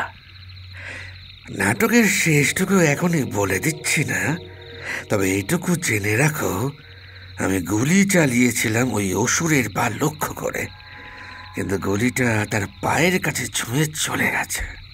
অবশ্যই আহত সে হয়েছেই, কাজে তার পায়ে গুলির আঘাতের চিহ্ন থাকবে, এবং যদি সেই টাটকা গুলির আঘাতের চিহ্নটা আমরা খুঁজি তাহলে কিন্তু খুনিকে ধরতে পারবো। এত রাতে গ্রাম ছেড়ে পালানোর চেষ্টা খুনি ভুলেও করবে না, কারণ পুলিশের নজর আজ সব জায়গায় থাকবে। রাতের অন্ধকারে যেখানে সে গা ঢাকা দিক, দিনের আলোয় ধরা সে পড়বে। পুজোর সময় যে কি হলো ভাবতেই পারছি না সুমন্তদা। বরুণদা আর বেঁচে নেই, নিবারণদাও বেঁচে থাকতো না যদি না রসিকদা ঠিক সময়ে পৌঁছতো। আচ্ছা বলি কি ওগো, শুনছো? তুমি রসিকদা, তাহলে তোমরা ওই দিকটা দেখো, বুঝলে? পুজোর দিকে কোনো চিন্তা করতে হবে না। খুনি ধরা পড়া যেমন জরুরি, তেমনি এত বছরের পুজো। এই পুজো বন্ধ হয়ে গেলে অমঙ্গল হবে। পুজো নিয়ম মেনে করতেই হবে। কাল অষ্টমী, কাল কাজের চাপ বেশি। সাবিত্রী, কুমুদিনী আর বাকি মেয়েরা আমার সঙ্গে থেকো, কেমন? পুজোর যদি কোনো ব্যাঘাত হয় তাহলে বিপদ আরও বাড়বে। পরদিন সকালে এমনটাই হলো। মহিলারা অষ্টমীর পুজোর কাজে ব্যস্ত রইল। এদিকে মহেন্দ্র আর রসিকবাবু গোটা গ্রামে ঘুরে বেড়াতে লাগলেন। নবীনপুর গ্রাম খুব একটা বড় নয়, আবার খুব একটা ছোটও নয়। সকাল থেকে ঘুরতে ঘুরতে গ্রামের মধ্যে প্রায় অনেকের বাড়িতে যাওয়া হলো। একদিকে অষ্টমী পুজো উপলক্ষে সবার বাড়িতে গিয়ে গিয়ে বলে আসা যাচ্ছে এবং তার সঙ্গে সঙ্গে চোখের নজরে পরীক্ষা করা যাচ্ছে। এমন সময় একজনের পায়ের কাছে কাটার দাগ দেখে রসিকবাবু বললেন, ভাই কি হয়েছে? আরে না না, তেমন কিছু না। এই কিছুদিন আগে পড়ে গিয়ে একটু পায়ে লেগেছিল। রসিকবাবু তার পায়ের ক্ষত পরীক্ষা করতে থাকেন, কিন্তু না, এটা একদিন কিংবা দুদিন আগের নয়, অন্তত সপ্তাহ খানেক আগের। শুকিয়ে আসতে শুরু করেছে। এমন কোনো ওষুধ এখনো বেরোয়নি যা এত দ্রুত পায়ের ক্ষত শুকিয়ে দেবে। গোটা গ্রাম প্রায় ঘুরে ফেলে মহেন্দ্র অসহায়ের মতো বললেন, কই রে, কিছুই তো হলো না। কারুর পায়ের কাছে তো তেমন কিছু আমি দেখতে পেলাম না। আচ্ছা, তুই ঠিক দেখেছিলি যে গুলিটা পায়েই লেগেছিল? আমি যেটুকু দেখেছিলাম, গুলিটা পায়ে একটু হলেও লেগেছিল, আর তাতেই সে হুড়মুড় করে পড়েছিল। আর তাছাড়া পায়ের কাছে গুলি লাগার সঙ্গে সঙ্গেই তার চিৎকারটাও আমি শুনতে পেয়েছিলাম। ওরা ফিরে আসছে এমন সময় কয়েকজনকে ওই নদীর ঘাটের দিকে যেতে দেখা গেল, যেখানে সাধু বাবা রয়েছে সেই দিকে। লোকজনদের মধ্যে কথা হচ্ছিল। তাদের মধ্যে কেউ একজন বলল, আরে শুনেছ, সাধু বাবা আবার নাকি হিমালয়ে চলে যাবে। তার অনেক ক্ষমতা আমাদের গ্রামে ছিল, তাই কত ভালো হয়েছিল, কিন্তু আবার সাধু বাবা চলে যাবে। যাবে না তো কি করবে? এই সাধু বাবাদের কত কাজ থাকে বলো তো। তোমার আমার জন্য কি আর ওরা এসছে নাকি? ওরা এসছে নিজের জন্য।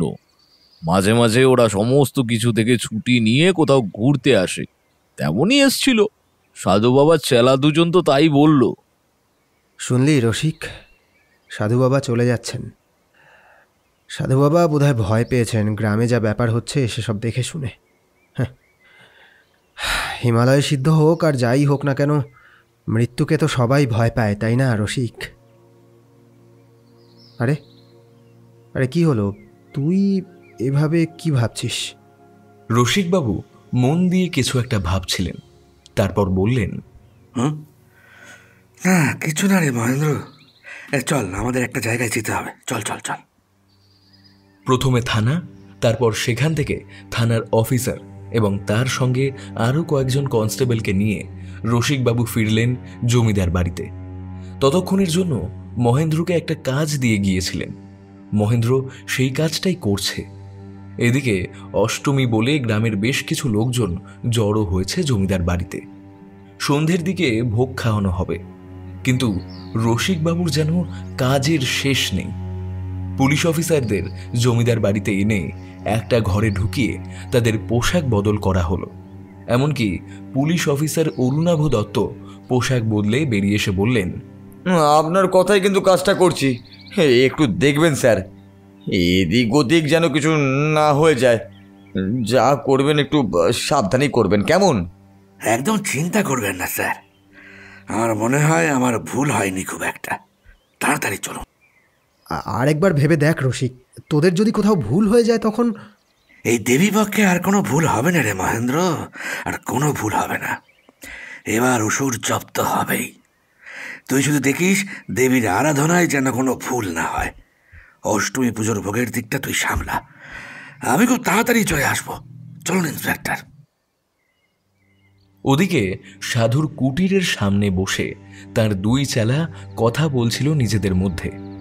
সাধুয়া বলছিল আজকে আমরা চলে যাব, এখানে থাকতে তো বেশ ভালোই লাগছিল গোবিন্দদা।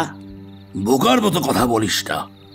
এখান থেকে দিনের বেলা বের হতে গেলে সকলেই দেখবে, তাতে ব্যাপারটা অন্য কিছু হতে পারে। তাছাড়া সাধু বাবাকে গ্রামের লোকেরা সহজে এখান থেকে ছাড়বে না, তাই আমাদের এখনই এখান থেকে বেরোতে হবে। চল চল, দেরি করিস না। সাধু বাবা চুপ করে বসে রয়েছে তার ঘরে। তার চোখের দৃষ্টি নিবদ্ধ হয়ে আছে সামনে জ্বলতে থাকা আগুনের দিকে। সাধু বাবা মৌনী বাবা, সে কথা বলতে পারে না। আশেপাশের সমস্ত কিছু গুছিয়ে নিয়ে সাধু বাবা উঠে দাঁড়ালো। বেরিয়ে আসতে যাবে এমন সময় কারো যেন শব্দ শুনে ওরা তিনজনে কেমন যেন চমকে উঠল। একজন কনস্টেবল এগিয়ে গেল সাধু বাবার ঘরের দিকে, তারপর বলল, সাধু বাবা আছেন? আমি বড় বিপদে পড়েছি, আমায় একটু সাহায্য করুন। এখন এটা সময় হলো সাধু বাবার সঙ্গে দেখা করতে আসার। যাও যাও, কাল সকালে আসবে, এখন যাও। সত্যি বলছি, বড় বিপদে পড়েছি। এখন যদি সাধু বাবা না যান তাহলে যে বড়ই বিপদ। এখন সাধু বাবা কোনোভাবেই যেতে পারবেন না, এখন সাধু বাবা ঘুমিয়ে পড়েছেন। দেখুন দেখি স্যার, এত মিথ্যে কথা সহ্য হয়? হ্যাঁ, এই আমরা তো দেখতেই পাচ্ছি সাধু বাবা ঘুমায়নি, সাধু বাবা বেশ ভালোভাবেই বসে রয়েছে। তাহলে মিথ্যে কথা বলছো কেন রে? রসিকবাবুর কথা শুনে দুইজন চেলা কেমন যেন থতমত খেয়ে গেল। তারপর সঙ্গে সঙ্গে একজন উঠে বাইরের দিকে বেরোতে যাবে এমন সময় পুলিশ অফিসার তার ঘাড় ধরে তাকে এক পাশে সরিয়ে নিয়ে গেল। তার মুখে টর্চের আলো ফেলতেই পুলিশ অফিসার অরুণাভ দত্ত একজনের মুখের দাড়ি ধরে টান দিতেই তার দাড়িটা খুলে গেল। অনেকদিন ধরে পালিয়ে বেড়াচ্ছিলি, হ্যাঁ? কিছুতেই তোকে ধরা যাচ্ছিল না কি, তাই না গোবিন্দ? চেলা পুলিশের হাত ছিটকে পালাবার চেষ্টা করতেই অরুণাভ তার গালে এক চড় মারল। সঙ্গে সঙ্গে একজন কনস্টেবল হাত করা এনে তার হাতে পরিয়ে দিল। ঘরের ভিতরে ঢুকতেই আরেকজন রোগা মতো যে চেলা ছিল সে একটু সরে গেল। সামনে বসে রয়েছে সেই মৌন সাধু বাবা। তার মাথায় চুলের জটা, লম্বা দাঁড়ি নেমে এসেছে নিচের দিকে। সে তখনও চুপ করে বসে রয়েছে। রসিকবাবু তার দিকে তাকিয়ে বললেন, সাধু বাবা, আজ রাতারাতি কোথায় যাওয়ার পরিকল্পনা ছিল? হিমালয়ে? সাধু বাবা মৌনব্রত নিয়েছেন, তাই সাধু বাবা এখন কোনো কথা বলবেন না হিমালয় না পৌঁছানো পর্যন্ত। আসল ব্যাপারটা কি তাই, নাকি অন্য কিছু? সত্যি সত্যি কি মৌনব্রত, নাকি কথা বলতে গেলে তোতলামিটা ধরা পড়ে যাবে? হারান তোতলা। কথাটা বলে রসিকবাবু সামনের দিকে এগিয়ে এসে কাউকে কোনো কিছু বুঝে ওঠার আগেই দু হাতে সাধু বাবার চুল আর দাড়ি ধরে একটা টান দিল। সঙ্গে সঙ্গে চুল আর দাড়ি খোলসের মতো এসে পড়ল মাটিতে, আর তার ভেতর থেকে বেরিয়ে এলো একটা মুখ। ছোট ছোট করে ছাটা চুল, মুখে গোঁফ দাড়ি, কোনো কিছুই নেই। চোখের দৃষ্টি উজ্জ্বল। রসিকবাবু কিছু বলতে যাওয়ার আগেই সাধু বাবা হঠাৎ করে উঠে দাঁড়ালেন। হাতে থাকা একটা ছুরি মুহূর্তের মধ্যে ছুটে এলো রসিকবাবুর গলার কাছটা লক্ষ্য করে। কিন্তু অরুণাভ দত্ত সেই মুহূর্তে ঘরে এসে ঢুকেছিলেন, তাই তিনি ব্যাপারটা বুঝতে পেরেই রসিকবাবুকে ধরে একটা হ্যাচকা টানে সরিয়ে দেন। আর সেই ফাঁকে সামনের সেই সাধু বাবা ছুরিটা হাতে নিয়ে ছিটকে বেরিয়ে গেল। ঘরের বাইরে দুজন কনস্টেবল তাকে ধরার চেষ্টা করবে, তার আগেই তাদেরকে ফেলে দিয়ে ছুটে গেল অন্ধকারের দিকে। রোগা চেলা ধরা পড়ে গেল। সে ভয়ে ভয়ে এক কোণে চলে গেছিল, কিন্তু সাধু বাবাকে ধরার জন্য রসিকবাবু, পুলিশ অফিসার এবং দুজন কনস্টেবল ছোটে সামনের দিকে। মাঠের একদিকেই নদী, সেই নদীর দিকে ছুটছে সাধু বাবা। পেছন থেকে অরুণাভ দত্ত চিৎকার করে বলেন, দাঁড়া বলছি, দাঁড়াও, নাহলে কিন্তু এবার আমি গুলি চালাবো। গুলি চালাবেন না, ওকে আমাদের জ্যান্ত ধরতে হবে। সাধু বাবা ছুটতে ছুটতে নদীর কাছে গিয়ে নদীর মধ্যে ঝাঁপ দিল। তার পেছন পেছন অরুণাভ দত্ত নদীর পাড় পর্যন্ত গিয়ে পৌঁছালো। ঠিক তখনই দেখা গেল একটা নৌকা বাঁধা রয়েছে এক পাশে। সঙ্গে সঙ্গে দুজন মিলে নৌকার উপর ঝাঁপিয়ে পড়ল। কোনো রকমে দাঁড় টেনে বেশ খানিকটা সামনের দিকে এগিয়ে যেতেই দেখা গেল সাঁতার কাটতে কাটতে সাধু বাবা ওপারের দিকে যাচ্ছে। পুলিশের টর্চ গিয়ে পড়ল সাধু বাবার চোখে। এইবার অরুণাভ দত্ত গর্জে উঠে বললেন, খবরদার বলছি, তাড়াতাড়ি নৌকোর দিকে আয়, নইলে কিন্তু আমি সত্যি সত্যি এবার গুলি চালাবো। তারপরে জলের দিকে একটা ফায়ার করলেন তিনি। তখনই সাধু বাবা সাঁতার কেটে আসতে লাগলেন নৌকার দিকে। ধরা পড়ল সাধু বাবা ওরফে হারান তার দলবল সমেত।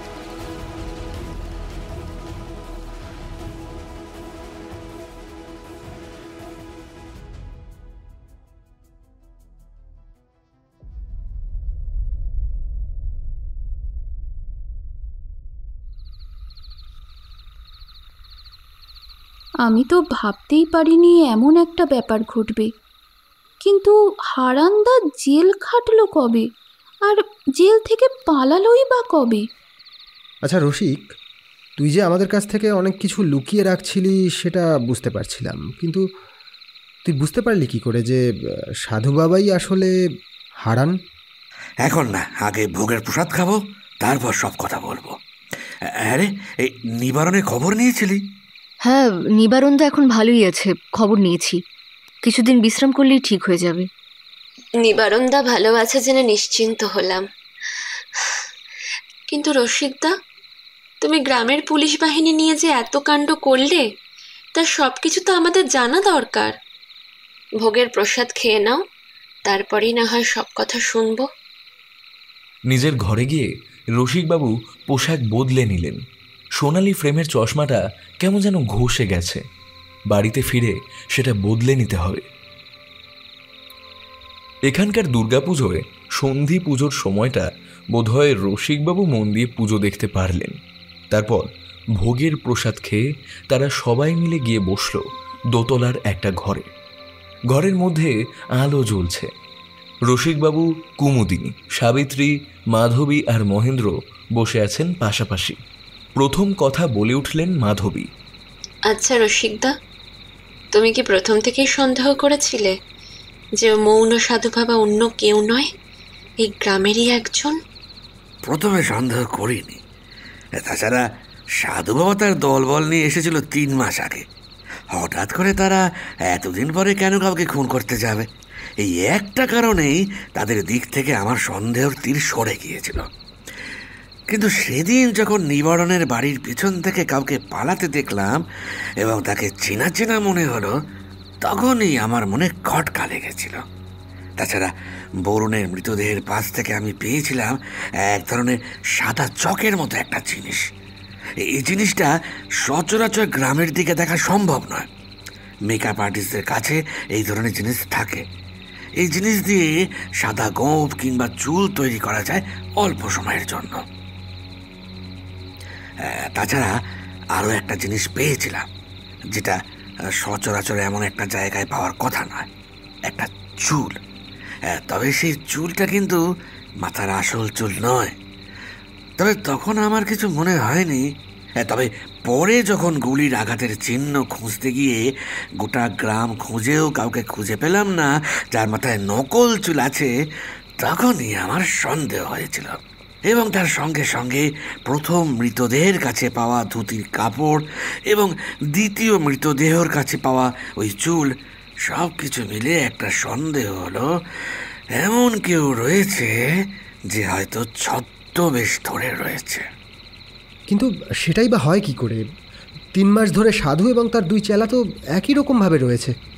খুন করার সময় শুধু সাধুর বেশভূষা ছেড়ে হারান এক এক দিন বিভিন্নভাবে সেজে বের হতো। আমার মনে হয় এই কাজে ওর সাগরেদরাও সাহায্য করতো অবশ্য। যাই হোক, হারান প্রথমে মাঝির ছদ্মবেশ ধরেছিল এবং তারপরের খুন করার সময় পাগলের ছদ্মবেশ ধরেছিল। প্রথম খুনের সময় মাঝির ধুতির অংশটা ছিঁড়ে গিয়েছিল, আর পরবর্তী খুন করার সময় পাগলের ছদ্মবেশ ধরে আর কি যখন খুন করলো, তখন হয়তো মাথা থেকে এলোমেলো চুল কোনোভাবে ছিঁড়ে পড়ে গিয়েছিল নিচে। নিবারণকেও সে মারত, কিন্তু মারতে না পেরে মাঝপথে পালিয়ে গিয়েছিল। পায়ে গুলি লেগেছিল বলে তারপরে আর কিছু করার চেষ্টা করেনি। বুঝতে পেরেছিল এবার সে ধরা পড়ে যাবে, এবং তাই সেদিন রাতেই পালাতে চেয়েছিল। কিন্তু চারিদিকে পুলিশ পোস্টিং দেখে তার মনে হলো হঠাৎ করে পালিয়ে গেলে সন্দেহটা তার উপরেই পড়বে। তাই সবাইকে জানিয়ে শুনিয়ে একটা দিন সময় নিয়ে সে পালাতে চেয়েছিল, আর সেটাই তার কাল হলো। কিন্তু এমনটা কেন হলো? মোটিভটা আমি খুঁজে পাচ্ছিলাম না, এমনকি হারান তোতলাকে গ্রেপ্তার করার পরেও না। তারপরেই একটা আশ্চর্য কথা মনে পড়ে গেল। মনে আছে যেবার হারান তোতলা রাতের অন্ধকারে সাবিত্রী ঘরে ঢুকেছিল, সেদিন ওখান থেকে নামার পরে কিন্তু সে আমাদের 5 জনের হাতেই পড়েছিল। সেইখানে সুমন্ত, বরুণ, নিবারণ, আমি আর মহেন্দ্র, এই 5 জনই ছিলাম।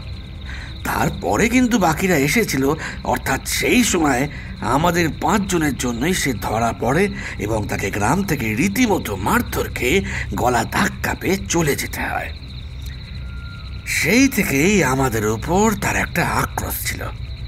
তখন তার বয়স কম ছিল, সে বহুদিন ধরে, বহু বছর ধরে অপেক্ষা করেছে নিজেকে প্রতিশোধ নেওয়ার জায়গায় নিয়ে যেতে। কিন্তু এত বছর পর এই বছরেই কেন? আর সেটাও পঞ্চমী থেকেই কেন? সে তো অনেক আগে এখানে এসেছে, তাহলে আগেই তো সে...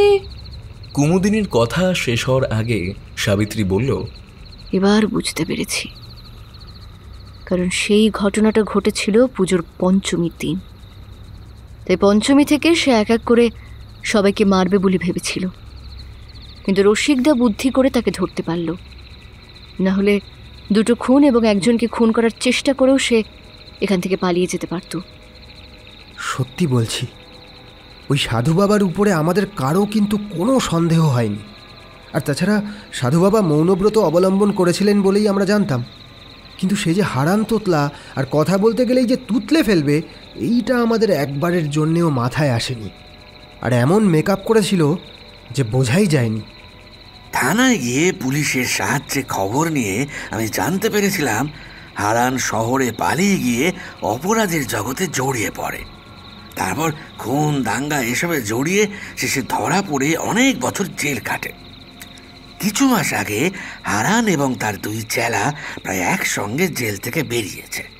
প্রসঙ্গত জেল খাটার সময়েই এই 2 চেলার সাথে হারানের আলাপ হয়েছিল এবং তাদের গুণাবলী জেনে তাদের চেলা বানাতে দেরি করেনি হারান। ওদের মধ্যে একজন, অর্থাৎ পলাশ, হলো বহুরূপী সাজায় ওস্তাদ। সেই আসলে হারানকে বহুরূপী সাজাতো। আর আরেকজন মানে গোবিন্দ হলো পাক্কা অভিনেতা। পলাশের মেকআপ আর গোবিন্দর মানুষের মন জয়ের ক্ষমতা, এসব মিলিয়ে নবীনপুরে মৌন সাধু ভালোই জাঁকিয়ে বসে এবং ভক্তকুল তৈরি করে। সে জানত অন্যান্য ছদ্মবেশে খুন করতে শুরু করলেও সাধু বাবাকে কেউ সন্দেহ করবে না, বরং তার ভক্তকুল প্রতিবাদ করবে সাধুর নামে কেউ সন্দেহের তীর ছুড়লে। এইভাবে সব কিছু প্ল্যান মাফিক নাট্যমঞ্চ তৈরি করে এবার সে অপেক্ষা করছিল দুর্গাপুজোর পঞ্চমী আসার। সে অনুমান করেছিল পুজোতে ঠিকই আমাদের সকলকে গ্রামে পাবে সে। আর কাকতালীয়ভাবে এই বছর আমিও এসে হাজির পুজোতে নবীনপুরে। অতঃপর পঞ্চমী থেকে সে শুরু করলো খুন করা। কোনো সময় পাগল, কোনো সময় মাঝি এবং কোনো সময় অন্য কিছু সেজে সে খুনগুলো করত। সেটাই শুধু নয়, প্রত্যেকবার আলাদা আলাদা অস্ত্র নিয়ে আলাদা পদ্ধতিতে আক্রমণ করত, যাতে চট করে কেউ ধরতে না পারে তাকে। যাই হোক, শেষমেশ হারান তার দলবল সমেত ধরা পড়েছে। আশা করি এবার তারা 2টো খুন এবং একটা খুনের চেষ্টার জন্য উপযুক্ত চরম শাস্তি পাবে। আচ্ছা, ভালো কথা মহেন্দ্র, কাল সকালে আমরা একবার নিবারণকে সবাই মিলে দেখতে যাব, কেমন?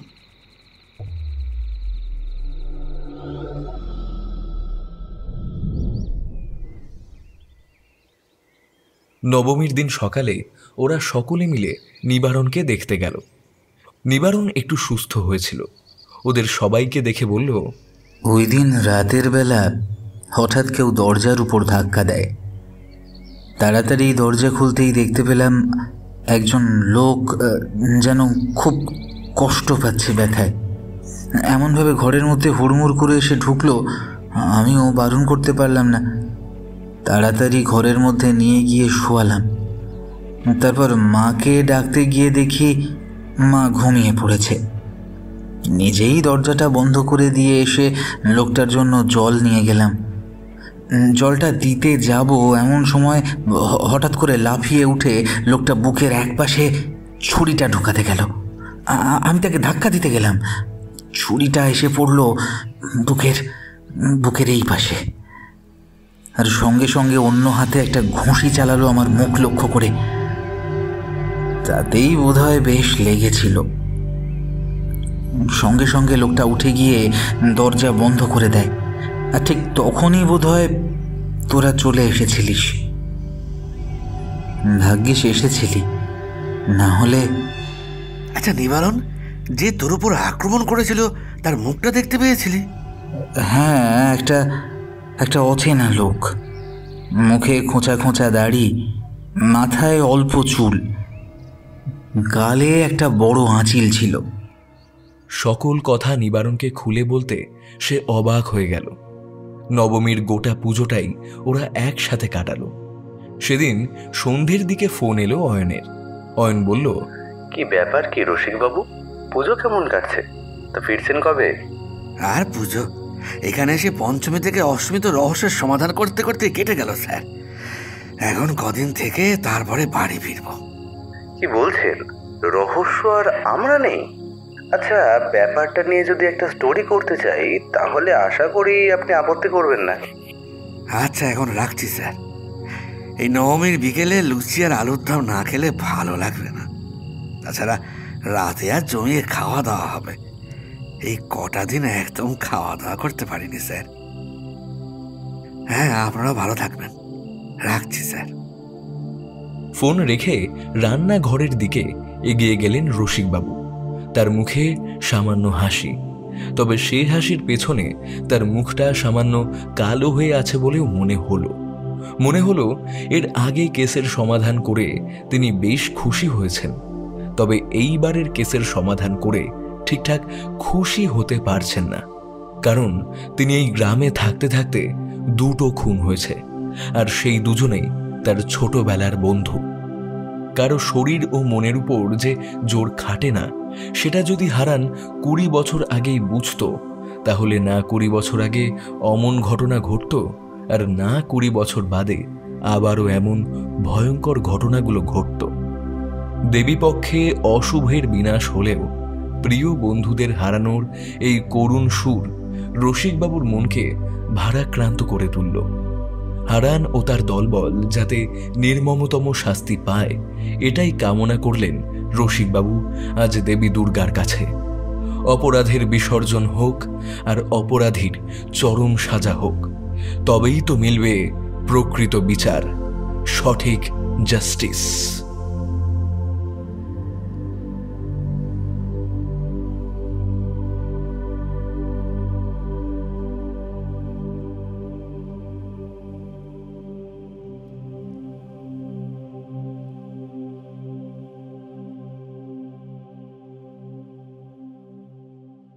রোমাঞ্চ বাংলায় এতক্ষণ শুনলে সুলেখক সুকান্ত দাসের কলমে গোয়েন্দা রসিকবাবু সিরিজের তৃতীয় কাহিনী নবীনপুরের হত্যা রহস্য। গল্প পাঠে অভিক সাহা, রসিকবাবুর ভূমিকায় সৌরভ সাহা, কুমুদিনীর ভূমিকায় দেবস্মিতা, সৃজার ভূমিকায় শুভ স্বপ্না, মহেন্দ্রর ভূমিকায় সৌমেন, সাবিত্রীর ভূমিকায় অধ্যায়, ইন্সপেক্টর অরুণাবুর ভূমিকায় বুবাই, মাধবীর ভূমিকায় অস্মিতা, সুমন্তর ভূমিকায় প্রিয়নাথ, নিবারণের ভূমিকায় পিনাকি, বরুণ ও মাঝের ভূমিকায় লিও, অয়ন ও লোক একের ভূমিকায় শুভ, লোক দুয়ের ভূমিকায় অভিক, শ্রমিক ও লোক তিনের ভূমিকায় সৌরভ রায়, দুই চেলা ও হারানের ভূমিকায় সৌরভ সাহা, বিপিনের ভূমিকায় দিব্যেন্দু এবং কনস্টেবলের ভূমিকায় অরূপ। গল্পটির নাট্যরূপ এবং সামগ্রিক পরিচালনায় আমি সৌরভ সাহা।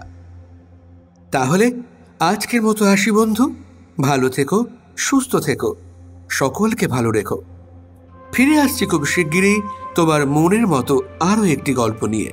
আর হ্যাঁ, গল্প মানেই রোমাঞ্চ বাংলা। শুনতে থাকো, গল্পে থাকো।